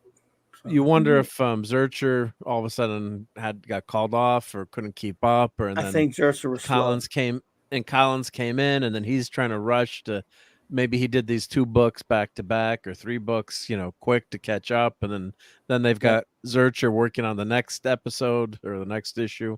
See, Raquel's got me saying episodes now, and it's worth it. This is a high quality comic. This Star Trek Early Voyages. I don't know anything about comics, but I'll tell you this: these comics make me feel like these are lost episodes, and I say that as a nerd who knows absolutely nothing about the geek world or comics. Well, Blood Philly was asking what an inker is. Basically, the penciler is the primary artist on a comic book, but there was a time when an artist in the Golden Age, even up into the early part of the Silver Age, would draw their own comic and then ink it. They draw it in pencil, then ink it, then they would send it off to to be colored at the press, and to the all this other kind of stuff on a page of art on a single page. Then it became more expedient because it takes a long time to ink the comic after they draw it with pencil. To find certain artists would handle the ink. In other words, a guy would draw the page, send it to an inker, a different artist, and he would embellish, or sometimes they would embellish. Sometimes they had mostly just to trace everything. They used to make jokes about them being tracers, but other times they would add, it depending on what deadline was going on and what the penciler was able to finish. And then other time, the inker can really affect the penciler. Some of them overpower a penciler so much. There are a lot of art from the 60s and 70s and 80s that I could look at, and it's a certain penciler and tell you who inked him without seeing the name. Because they have a distinctive style themselves. Sometimes the inker, like if you tell me who the penciler is, I go, well, he was inked by Dan Green or by Pablo Marcos or by Klaus Janson or whatever. Yeah. Oh, good night, Jill. Yeah, sorry Night, to interrupt, Clobby, but we have to say goodnight to Jilly. Jill, good night, Jill. Thank you so much for joining us, and thank you for staying with us. Jill was actually just going to stop in for Blake 7 and wound up staying for the comic review as well. So, all right. Jilly, thanks, sweetheart. Have a wonderful evening. Thank you, Jill. No, Wonky Wonk Man, I'm a whore. I can't even draw flies. But I've loved comic book art all of my life, and I'm what you call I like to play the art spotting game. I like to look at a comic and sometimes can tell you who drew it if it's depending on the era. Most of the time, don't listen to them. A lot of times. Well, there are many folks who work in museums who are Almost experts on the Mona Lisa who can't paint the Mona Lisa. So it's okay that you have opinions, Clobby. Expertise isn't just limited to those who are part of the craft, but those also who curate the craft. I don't understand big words like curate. I'm sorry. Clobby, you do so. Stop playing dumb. I'm going to put you in the agony booth. You could cure my ache. Curate. Clobby. Coffee maker. That's it. I'm scheduling you to go in right after Mark through the Klingon Rite of Ascension. You're right behind him, boss. Your agonizer, please. Well, thank you, Blunt. I don't think I'm very knowledgeable, but I appreciate that's very nice of you. He is. Yeah, don't listen to him again. I should know. I should know. I'm me. I can't draw, but exactly, Dave Bob knows art. I guess you just get used to it. Just it's a matter. But yeah, I can't tell you. Like I said, what's the old saying? I don't know art, but I know what I like. And by the way, Art's a jerk. He owes me money. No, sorry. And he could Corey Apple. He can Corey Apple too. All right, so we've reviewed another one. Yeah, wait till we get next week. Oh my God. Oh my God. Oh my. What kind of a reaction am I going to have? You guys are scaring me. You're scaring me. Comic, Raquel. You own the comic. I'm not reading it until next week. Why would I do that to myself? Have you looked at any of the covers? We're going to make a deal with you. What? Don't tell us what you think about it until we review it next week. Because I have a feeling that if you're going to send me a message on the on the app thingy, on the walkie-talkie. Yeah, no. In fact, you can send it without specifically, and if it's I don't know, you might like it. I don't know. I'm not saying you'll dislike it, but you might not like it much. But it's cool. It's not that we're joking around with you, but it is a reference to something you might enjoy. What do you think, Mark? You'll enjoy it probably, right? I think so. Yeah, you'll love it. Yeah, yeah. Yeah, but it is interesting. Okay, Yeah, okay. I find, as Spock would say, I found it most Intriguing. interesting. Fascinating. Yeah. Fascinating. Please, Spock, don't do me a favor. Don't say it's fascinating.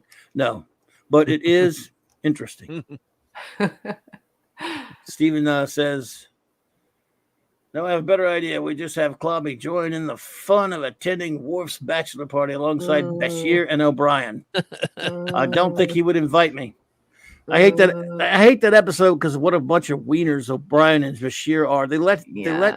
I'm sorry. I ordered that steak. Boring. That steak meal they ordered and crap. I eat that right there. They go, "Oh, you can't eat that yet." Yeah. Anyway. So that'd be it for me. I would no. Yeah. Well, I know you're very tired, number one, because you've been busy, right? I mean, yeah. Unfortunately, my schedule has been completely reversed, I understand. and I have to get up very early in the morning now. So we're calling it the school night. Well, it's a school night, folks. I do have one quick enabling thing if I could show. It's not going to be 3 hours like it usually is. No, one. I'm just kidding. I'm just kidding. Oh, God. I know you're kidding. So this is Mondo. I'll put the link in. But Mondo Shop, The Drop. God damn it, Mark. This is still available. This is from Captain Oh, America my number God. 8, Case of the Black That's Witch. pretty. It's $80. Simon and Kirby. And it's that beautiful heavy paper that, the thing poster. Yeah. Oh, that we my had sent God. you. So this is page 32 from that comic number 8. I guess they're doing this because it's October for Halloween. So it's Case of the Black Witch. Oh, wow. So early that's Kirby. $80. Golden Age Kirby. Yeah. Oh my gosh. So Hey, do you want to think I go can in on even that zoom in. together, Mark, to get it for Clobby for No, Christmas? you don't. No, you don't. Don't do Hey, that. Mark? We can't say anything now. I don't have any wall. I don't have any wall for it. Yeah, you Never still haven't put the mind. thing one up yet, right? We got you the frame for it too, right? Claude was supposed to come and help you put in the frame. Did you get it up yet? What frame? Minimus. What frame?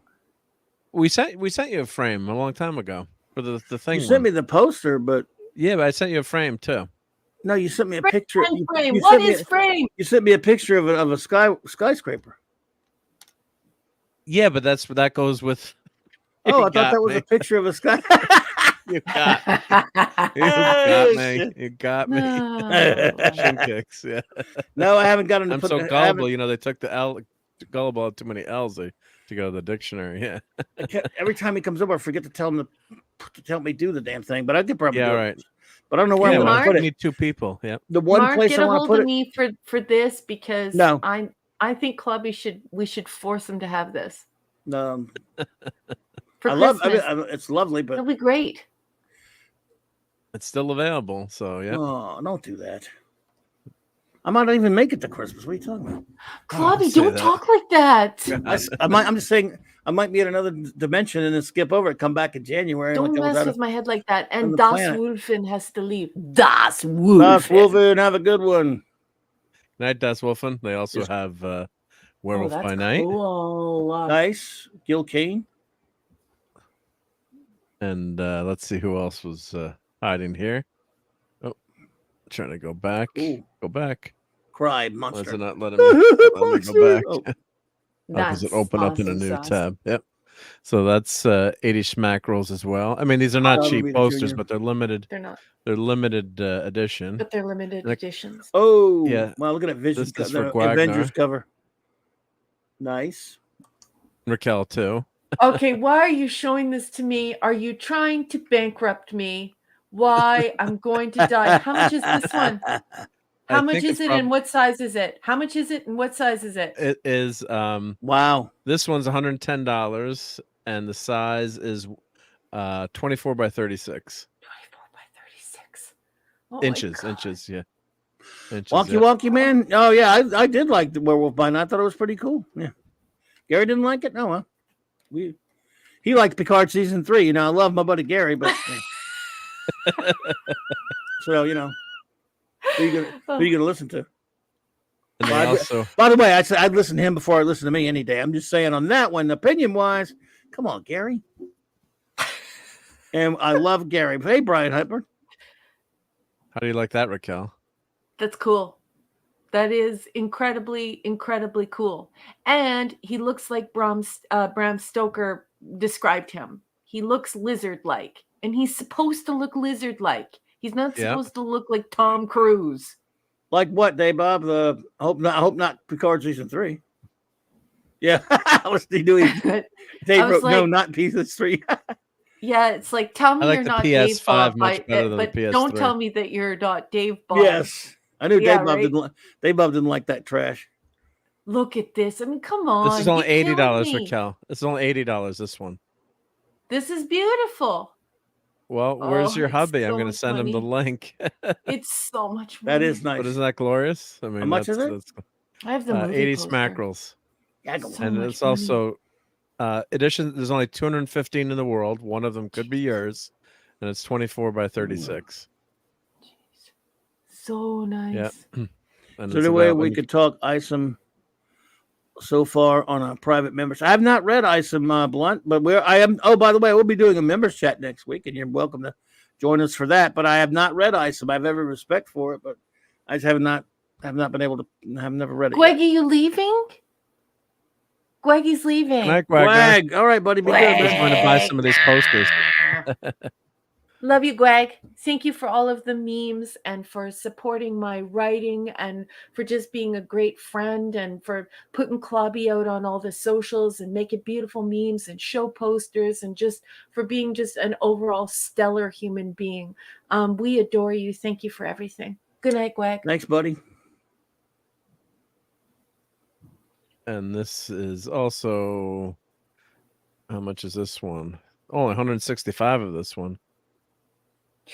$80 as well. Yep.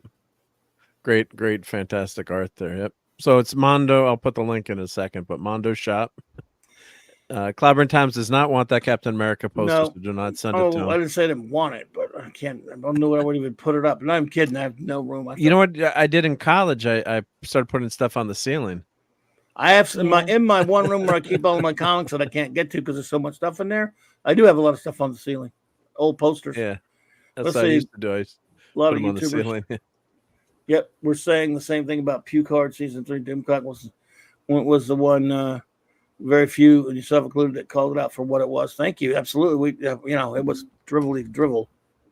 But I liked Werewolf by Night. Did you hear they're going to colorize? Hey, Dave, they're planning to. You idiot Disney can't even get out of their own way. They want to colorize Werewolf by Night. It was like the sepia, like black and white. Why would you colorize it? Look Morons. at this. There you go. Oh, Gwagnar left. Oh, yeah, Gwagnar, if you're still here, look at this. I know Gwagnar Nice. just got a new figure that was really cool from His figure is really, really cool. The one the that he NECA just figure got. is really cool. But this is Mhm. also and this is a Gwagnar He's style beautiful. action figure. Picture Nice. Here, That's yeah, out in the fantastic. wilds. Yeah, I love that action figure when they do that and they Yeah.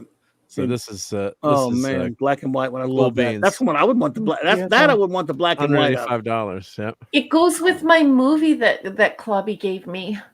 What movie? How good this is. F this, and this. Oh yeah, I love Yeah, that. And also this, and this crybaby right here. Definitely this one here. Oh, I love that. I haven't seen that in a while. I got to try to find that again. I Hey, downloaded Tiki it. mug. I have it. Oh. It's so good. cool. Dave Bob. Exactly. It sure is. That's a Dribble. mug. Get Yeah, it's a mug. Whoa. The tiki a mug tiki style. mug. It needs to be a coffee mug. Come on, people, get Well, it right. Well, this is for your libations. It's true.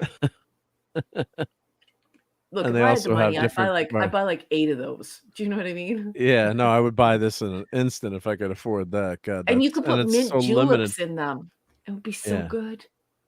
and it's just such a limited edition too. Y'all So had what is a the- real Georgia style mint julep, huh? So Oh, I love the Doctor. Give me some Yes. Doctor. watch some Star Trek.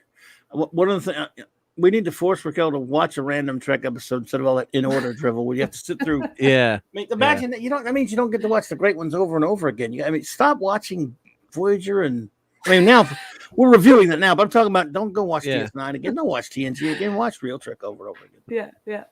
how would you like this? Frankenstein. Oh my. That's a puzzle, Raquel. I don't know if you Hey. know That's puzzles. super cool. Very nice. of one of the It's Mondo not the posters. Damon. It's not the Damon, but Still, it's Karloff. It's Karloff, though. it is. Makes a good Christmas present. Yeah. Karloff, sidekick. Karloff. I do not like. Do not talk about that. I can't yell. I was about to yell that. You can't do it. Yeah, with a Bela Lugosi. Well, that was super cool, Mark. Thank you for that. Yep. That There's was some beautiful. enabling. Yep. And So these are available. So driving us all into the poorhouse. Hey, Lisa. Lisa. Hey, Lisa. Hey, sweet lady. How are you? Supergirl's here. She is. this Supergirl's here. So this is Mondo Shop. Mondo, if you're listening, you can sponsor Clobbering Times, maybe. Just kidding. But yeah, this is some great stuff in here. God. Yeah. Especially that Kirby poster. As soon as I saw that today, I was like, oh, I know who's gonna want that. Right? Yeah. Agreed. I love Mondo. They do some great stuff. Yeah. Oh yeah, agreed, Kal-El. It was disgusting to use that great Jerry Goldsmith using music for garbage like Pucard Season 3. Yeah, that's sick. That's disgusting. It does not fit it. Not worthy. Wait till you get Star Trek Legacy. No, you wait till you get Star Trek Legacy. No, I'm not watching any of that crap. Well, you haven't watched it, but Clobbering Times and I've suffered through it. Yeah, I win the prize for watching all Discovery. Ugh. And I still kept my eyeballs. I don't know why you do that. What is Legacy? Wait a minute. What? Oh, sorry, no more. Is it? It's okay, boss. All right. Well, number one, let's see if we can start getting you out of here. Okay. If you have any final words, please go for it. Well, first thing I want to do is I want to thank everybody who showed up tonight. Thank you for the marvelous conversation, these wonderful interactions, and just talking about all this fun geek and nerd stuff. You are all amazing. Thank you so much for joining us. If you haven't, membership has its privileges. We have some really silly emojis. You can have a private chat with member stream chat with Clobby. So don't be shy. You can join us and become a part of Clobbering Times.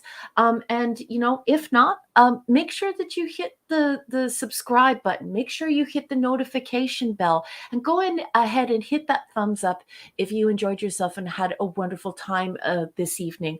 And we really appreciate it if you share Clobby's channel and Clobby's shows on your socials. It really goes a long way in building community and making sure that we all know when he's going to be on air. I want to thank all of the wrenches for helping everyone in Clobby's Clubhouse along in the chat this evening. You are stellar human beings. I want to thank everyone who donated to Clobby's Clubhouse. This is his virtual comic book shop, and those gifts go a long way. So thank you for sending those gifts to the boss. I also want to shout out to every person who lurks but is a loyal listener and is always there for us. We appreciate you more than we can ever articulate on air. I also want to thank Mark D with a C for just being an overall cool guy who I love hanging out with. He's such a good friend, a really, really sweet person. If you're not following Mark, you really should. And he has some interesting things for sale. He makes wonderful things. And he also has really cool conversations on his YouTube. So you can track him down on his Patreon. You can also get him on Twitter so that you can find out where he's located. And he has a YouTube channel. So don't forget, don't neglect Mark. Engineers, they love to change things. Thank you. But we love Mark around here. So thank you so much. I also want to thank my patrons who are helping to promote my book and helping me to pay the things that I need to pay for in order to get my second science fiction collection out and into the hands of the public. Those stories are available individually on Amazon right now for 99 cents American. I want to thank Larry. I want to thank Tony Stark, Sean Carter, Cardinal Sin, Shooter, Gwagnar, Chris Persia, Scuba and Leslie Pete, Eric K. and his trusty dusty dog Kirby, Enigmatic Drop Bear, sending our love to you, sir. I want to thank Michael and Cassandra Beacom, Mark D with the C and his beautiful family, Anti-Derivative Jill, Jill, Maximum Redstone, JT Kirk, Dadman and the Dadman Clan, Lord and Lady Thoth, and of course their beautiful pupperoni, our very own Porthos, Lance, chucking some cheese to the marvelous pupper. I also want to thank Rob Altus and of course Tyler. You make these stories help me to get my stories into the hands of my readers, people who like classic, episodic science fiction. And I love and appreciate you more than I can possibly say. And last but certainly not least, it's the grand poobah of all of geekdom. He is my captain. He's one of the best friends I've ever had in my entire life. I love you, Clubby. Thank you for creating this space so that nerds and geeks can come together to talk about all of these marvelous things and make all of these beautiful friendships and have these cool conversations. None of us would be here if it weren't for you. And we all love you very, very much. So thank you for your time and your attention and your expertise today. And that's all I have to say, folks. Mwah! Wow, excellent as always. Thank you so much. You're the best. Love you. Mark. Oh, Raquel, thank you so words. much. Yeah, it's been a lot of fun tonight. Great time hanging out. Thank you to the chat. It's flying by. Raquel never misses anything. Clobbery and I aren't as intelligent, so we maybe catch 3/4 of it. But indeed, really fun tonight and great stuff. And glad you guys want to spend time with us and hang out with us. And thank you, Raquel, for those kind words. And support Raquel if you can, or follow her on Patreon. I've also I'll put my Patreon up too as well. And I got to do a members chat soon too. My Doomsday, my ice cream cup, my ice cream cone holder got pulled off of Etsy, so I got to figure out another way to sell it, or maybe I'll put it on eBay. Or I was hoping to sell a bunch of those for Christmas. I've been printing a lot of them, but So if you like the Doomsday Machine, folks, I can tell you that Mark has an ice cream cone turned on its side for sale for Christmas. Hey, Abigor. Hey, Abigor. Oh, and Eric K's here. Was it Eric K? He's been here. Yeah. Hey, he's been here. Okay. Yep. Thank you. Could not be reached for the comment. I appreciate that. You're too kind. So a lot of fun tonight, and looking forward to hanging out with you on Saturday Night Star Trek, and then the Geekery on Sunday. Yep. Absolutely. Yes, indeed. The Geekery, folks. Let's see here. Just some show notes really quickly, of course. Tomorrow I'll be at 7 p.m. Eastern on the Great J-Man's channel as Sean and J-Man and I continue our reviews of Jack Kirby's Fourth World. We've been having a lot of fun doing that, and gonna keep going till we get it done. I've got a little ways to go, but almost halfway through them all. It's a long way to go yet. And then tomorrow night on the Great Digwiser's channel, a Halloween special on Friday Night Comic Shop Talk, 8:30 Central, where we were looking at a lot of Marvel and DC monster comics. So some including Creature Commandos, Hellboy, Ghost Rider, and Dracula. So this will be a lot of fun. And then Saturday Night Star Trek is back as always. Saturday night, this same clubby time, same Trek time, same clubby channel, 9 p.m. Central. We're loopy tonight, folks. 4 more episodes. So, and then, as Mark had mentioned, the Geekery Part 2 of Mark's epic adventure at the New York City Comic-Con 2023. It was an extraordinary event, and he will bring you the sights and the not sounds with his trusty camera. It was remarkable. This, of course, Part 2.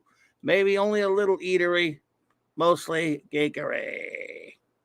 And then Monday night, I'll be at J-Man's channel again, 6 Central, 7 Eastern for our Legion reviews. All right. So, let's see here. I'm just going to shout out the riches, and we'll get. I think I'll get everybody shout out if I can. But number one, did you want to hang, or did you need to fly? I have to fly, but I just want to say one more time how much I love all of our friends in the chat. Earlier on tonight, Picasso had said that he wished me love, and I just wanted to say back to Picasso, thank you for that beautiful note that you sent me. You are such a kind and wonderful person, and it is such a pleasure and an honor to hang out with you. And Larry joined in, and they had a conversation about that, and so I just want you to know how much I value your friendships, Larry and Picasso, and everyone who is here tonight. Thank you so much for spending time with me. You guys are the best. Good night, everyone. Good night, Raquel. Okay. Thanks. Love you, number one. See you Saturday night. All right. Let's see. Up in here. All right, dude. We'll do this quickly. Shout the great Eric K. Thank you, sir. Chris Persia. Thanks, buddy, for all you do. D. Bud Martin. Lord and Lady Thoth. J-Man. Cal-El, Maddie's Daddy, Fatty Outsidey, Hungry Boy, Maximum Redstone, and let's see, who else was here in the chatter? Of course, Larry, thank you, buddy. Lisa, great to see you, Bubba M1. Dave Bob, thanks for being here, brother. Always good to see you, buddy. Could not be reached for further comment. Thank you. Ezra Goldstein, shalom, my friend. Don Ranger Power, my buddy. Good to see you. Thank you for being here. Abigor, good to see you. Oh, DJ Ronnie G has a member chat for 10 months as a member. Thank you so much. So glad I stuck around for the comic book reading. Well, I'm glad you did too. Thank you so much for that. We appreciate you. We have such a great, just the greatest crowd here. They ain't a chat room better on YouTube as far as I'm concerned. It may not be the biggest one on YouTube, but it's got just the friendliest and the most fun. Oh, thank you, Abigor. I appreciate that. By the way, anyone watching on a download, on a rewatch, thank you so much. Please like and subscribe if you wouldn't. If you're out there lurking, I appreciate you so much. We love our lurkers and our rewatchers. I don't say it enough because I'm an idiot. Thank you. Again, who else? Touring Machine, good to see you. Bloodfiller Reviews, thanks for being here tonight, buddy. Good to see you. Could not be reached for further comment. Thanks for being here, buddy. Appreciate you. Always good to see you, my friend. Shooter, always great to see you, bud. See.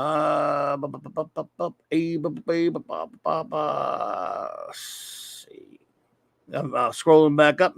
Wonky Man, thank you for being here. Empress and M, always a pleasure. Thank you so much. DJ Ronnie G was here. Thank you, buddy. I think he had to run, but Guagnar was here. Thank you, buddy, for being here. Brian Hepburn, my friend. I think Claude Salling was here earlier. Thank you, buddy. Let's see if I missed anybody. Don't want to miss anyone at all. Das Wolfen. JT Kirk, brother. All right, go Lions.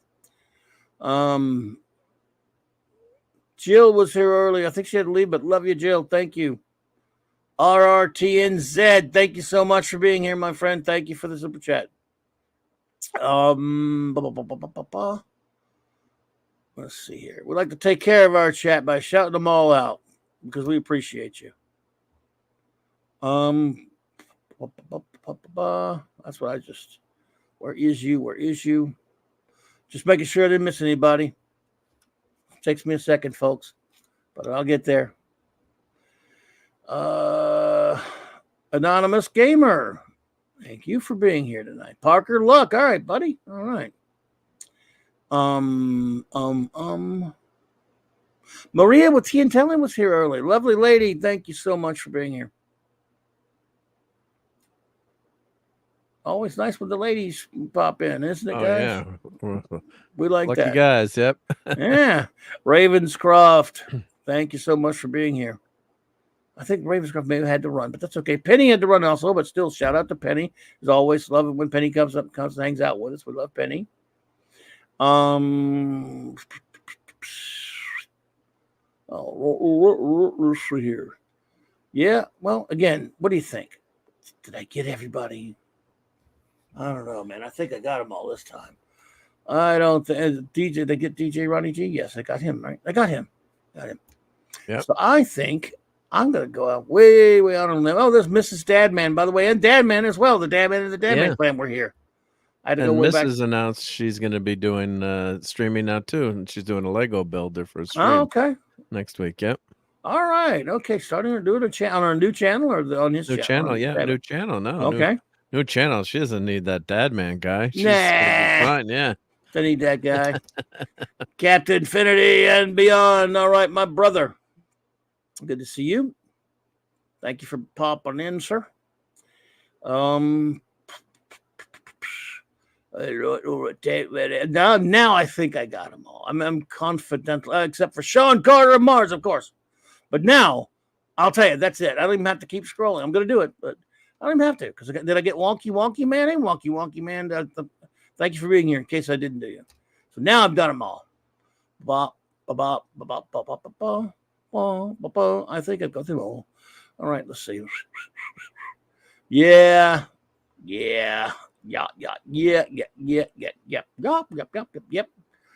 Shooter. Did I get you? I got Shooter. Picasso, though. Thank you, Picasso, for being here. Now, no question about it. I got them all this time. I mean, it's just not even up for discussion. I know I'm going to, I mean, how much are we betting? What are we betting? $1,000 million? A no prize. Well, yeah, there we go. We'll go with a no prize. We'll see who wins this no prize, Mr. Smarty Pants, because I bet I got them all. I bet I didn't miss anybody, and I'm going to keep scrolling just as as a precaution. But I think, and I'm almost there to Makini Draws. Other than Makini Draws. Hey, Makini Draws, and he was here earlier. Very honored to have you pop in. Other than Michael Beacom was here too. That's right, Michael Beacom. But other than those two, I knew I had them all. That naturally, it's just common sense that I hadn't gotten them yet. And the Woke Breaker was here too. See, and Amelia Clark Scroll was here as well. So, see, I told you that I didn't have them all. I guess you get the no prize. That's what happens. Yep. I guess you get the no prize. You get the no prize. Yep. Shice. Well, one tries, doesn't one? Yeah. Oh, I know. Now I know I didn't get them all. FKH was here. Oh, Sci-Fi Mombi was here. Adrian James was here. Way back, but they were here. I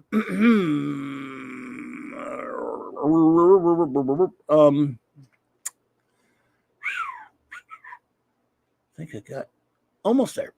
Stay on target. Almost there. You're too close. Simply Steve was here. Simply Steve popped in. My good buddy Ray Lucard popped in. All right. Sometimes some people just pop in to say hi and that's it, which is really cool. Yeah, that's great. Yeah. Yeah, absolutely. Keely Chow, roll that tide all the way back to the beginning. He was here. Okay. So I know that there's one I didn't get yet, so I'm not going to make the bet anymore because I remember who the first one was. That was FKHC 2005.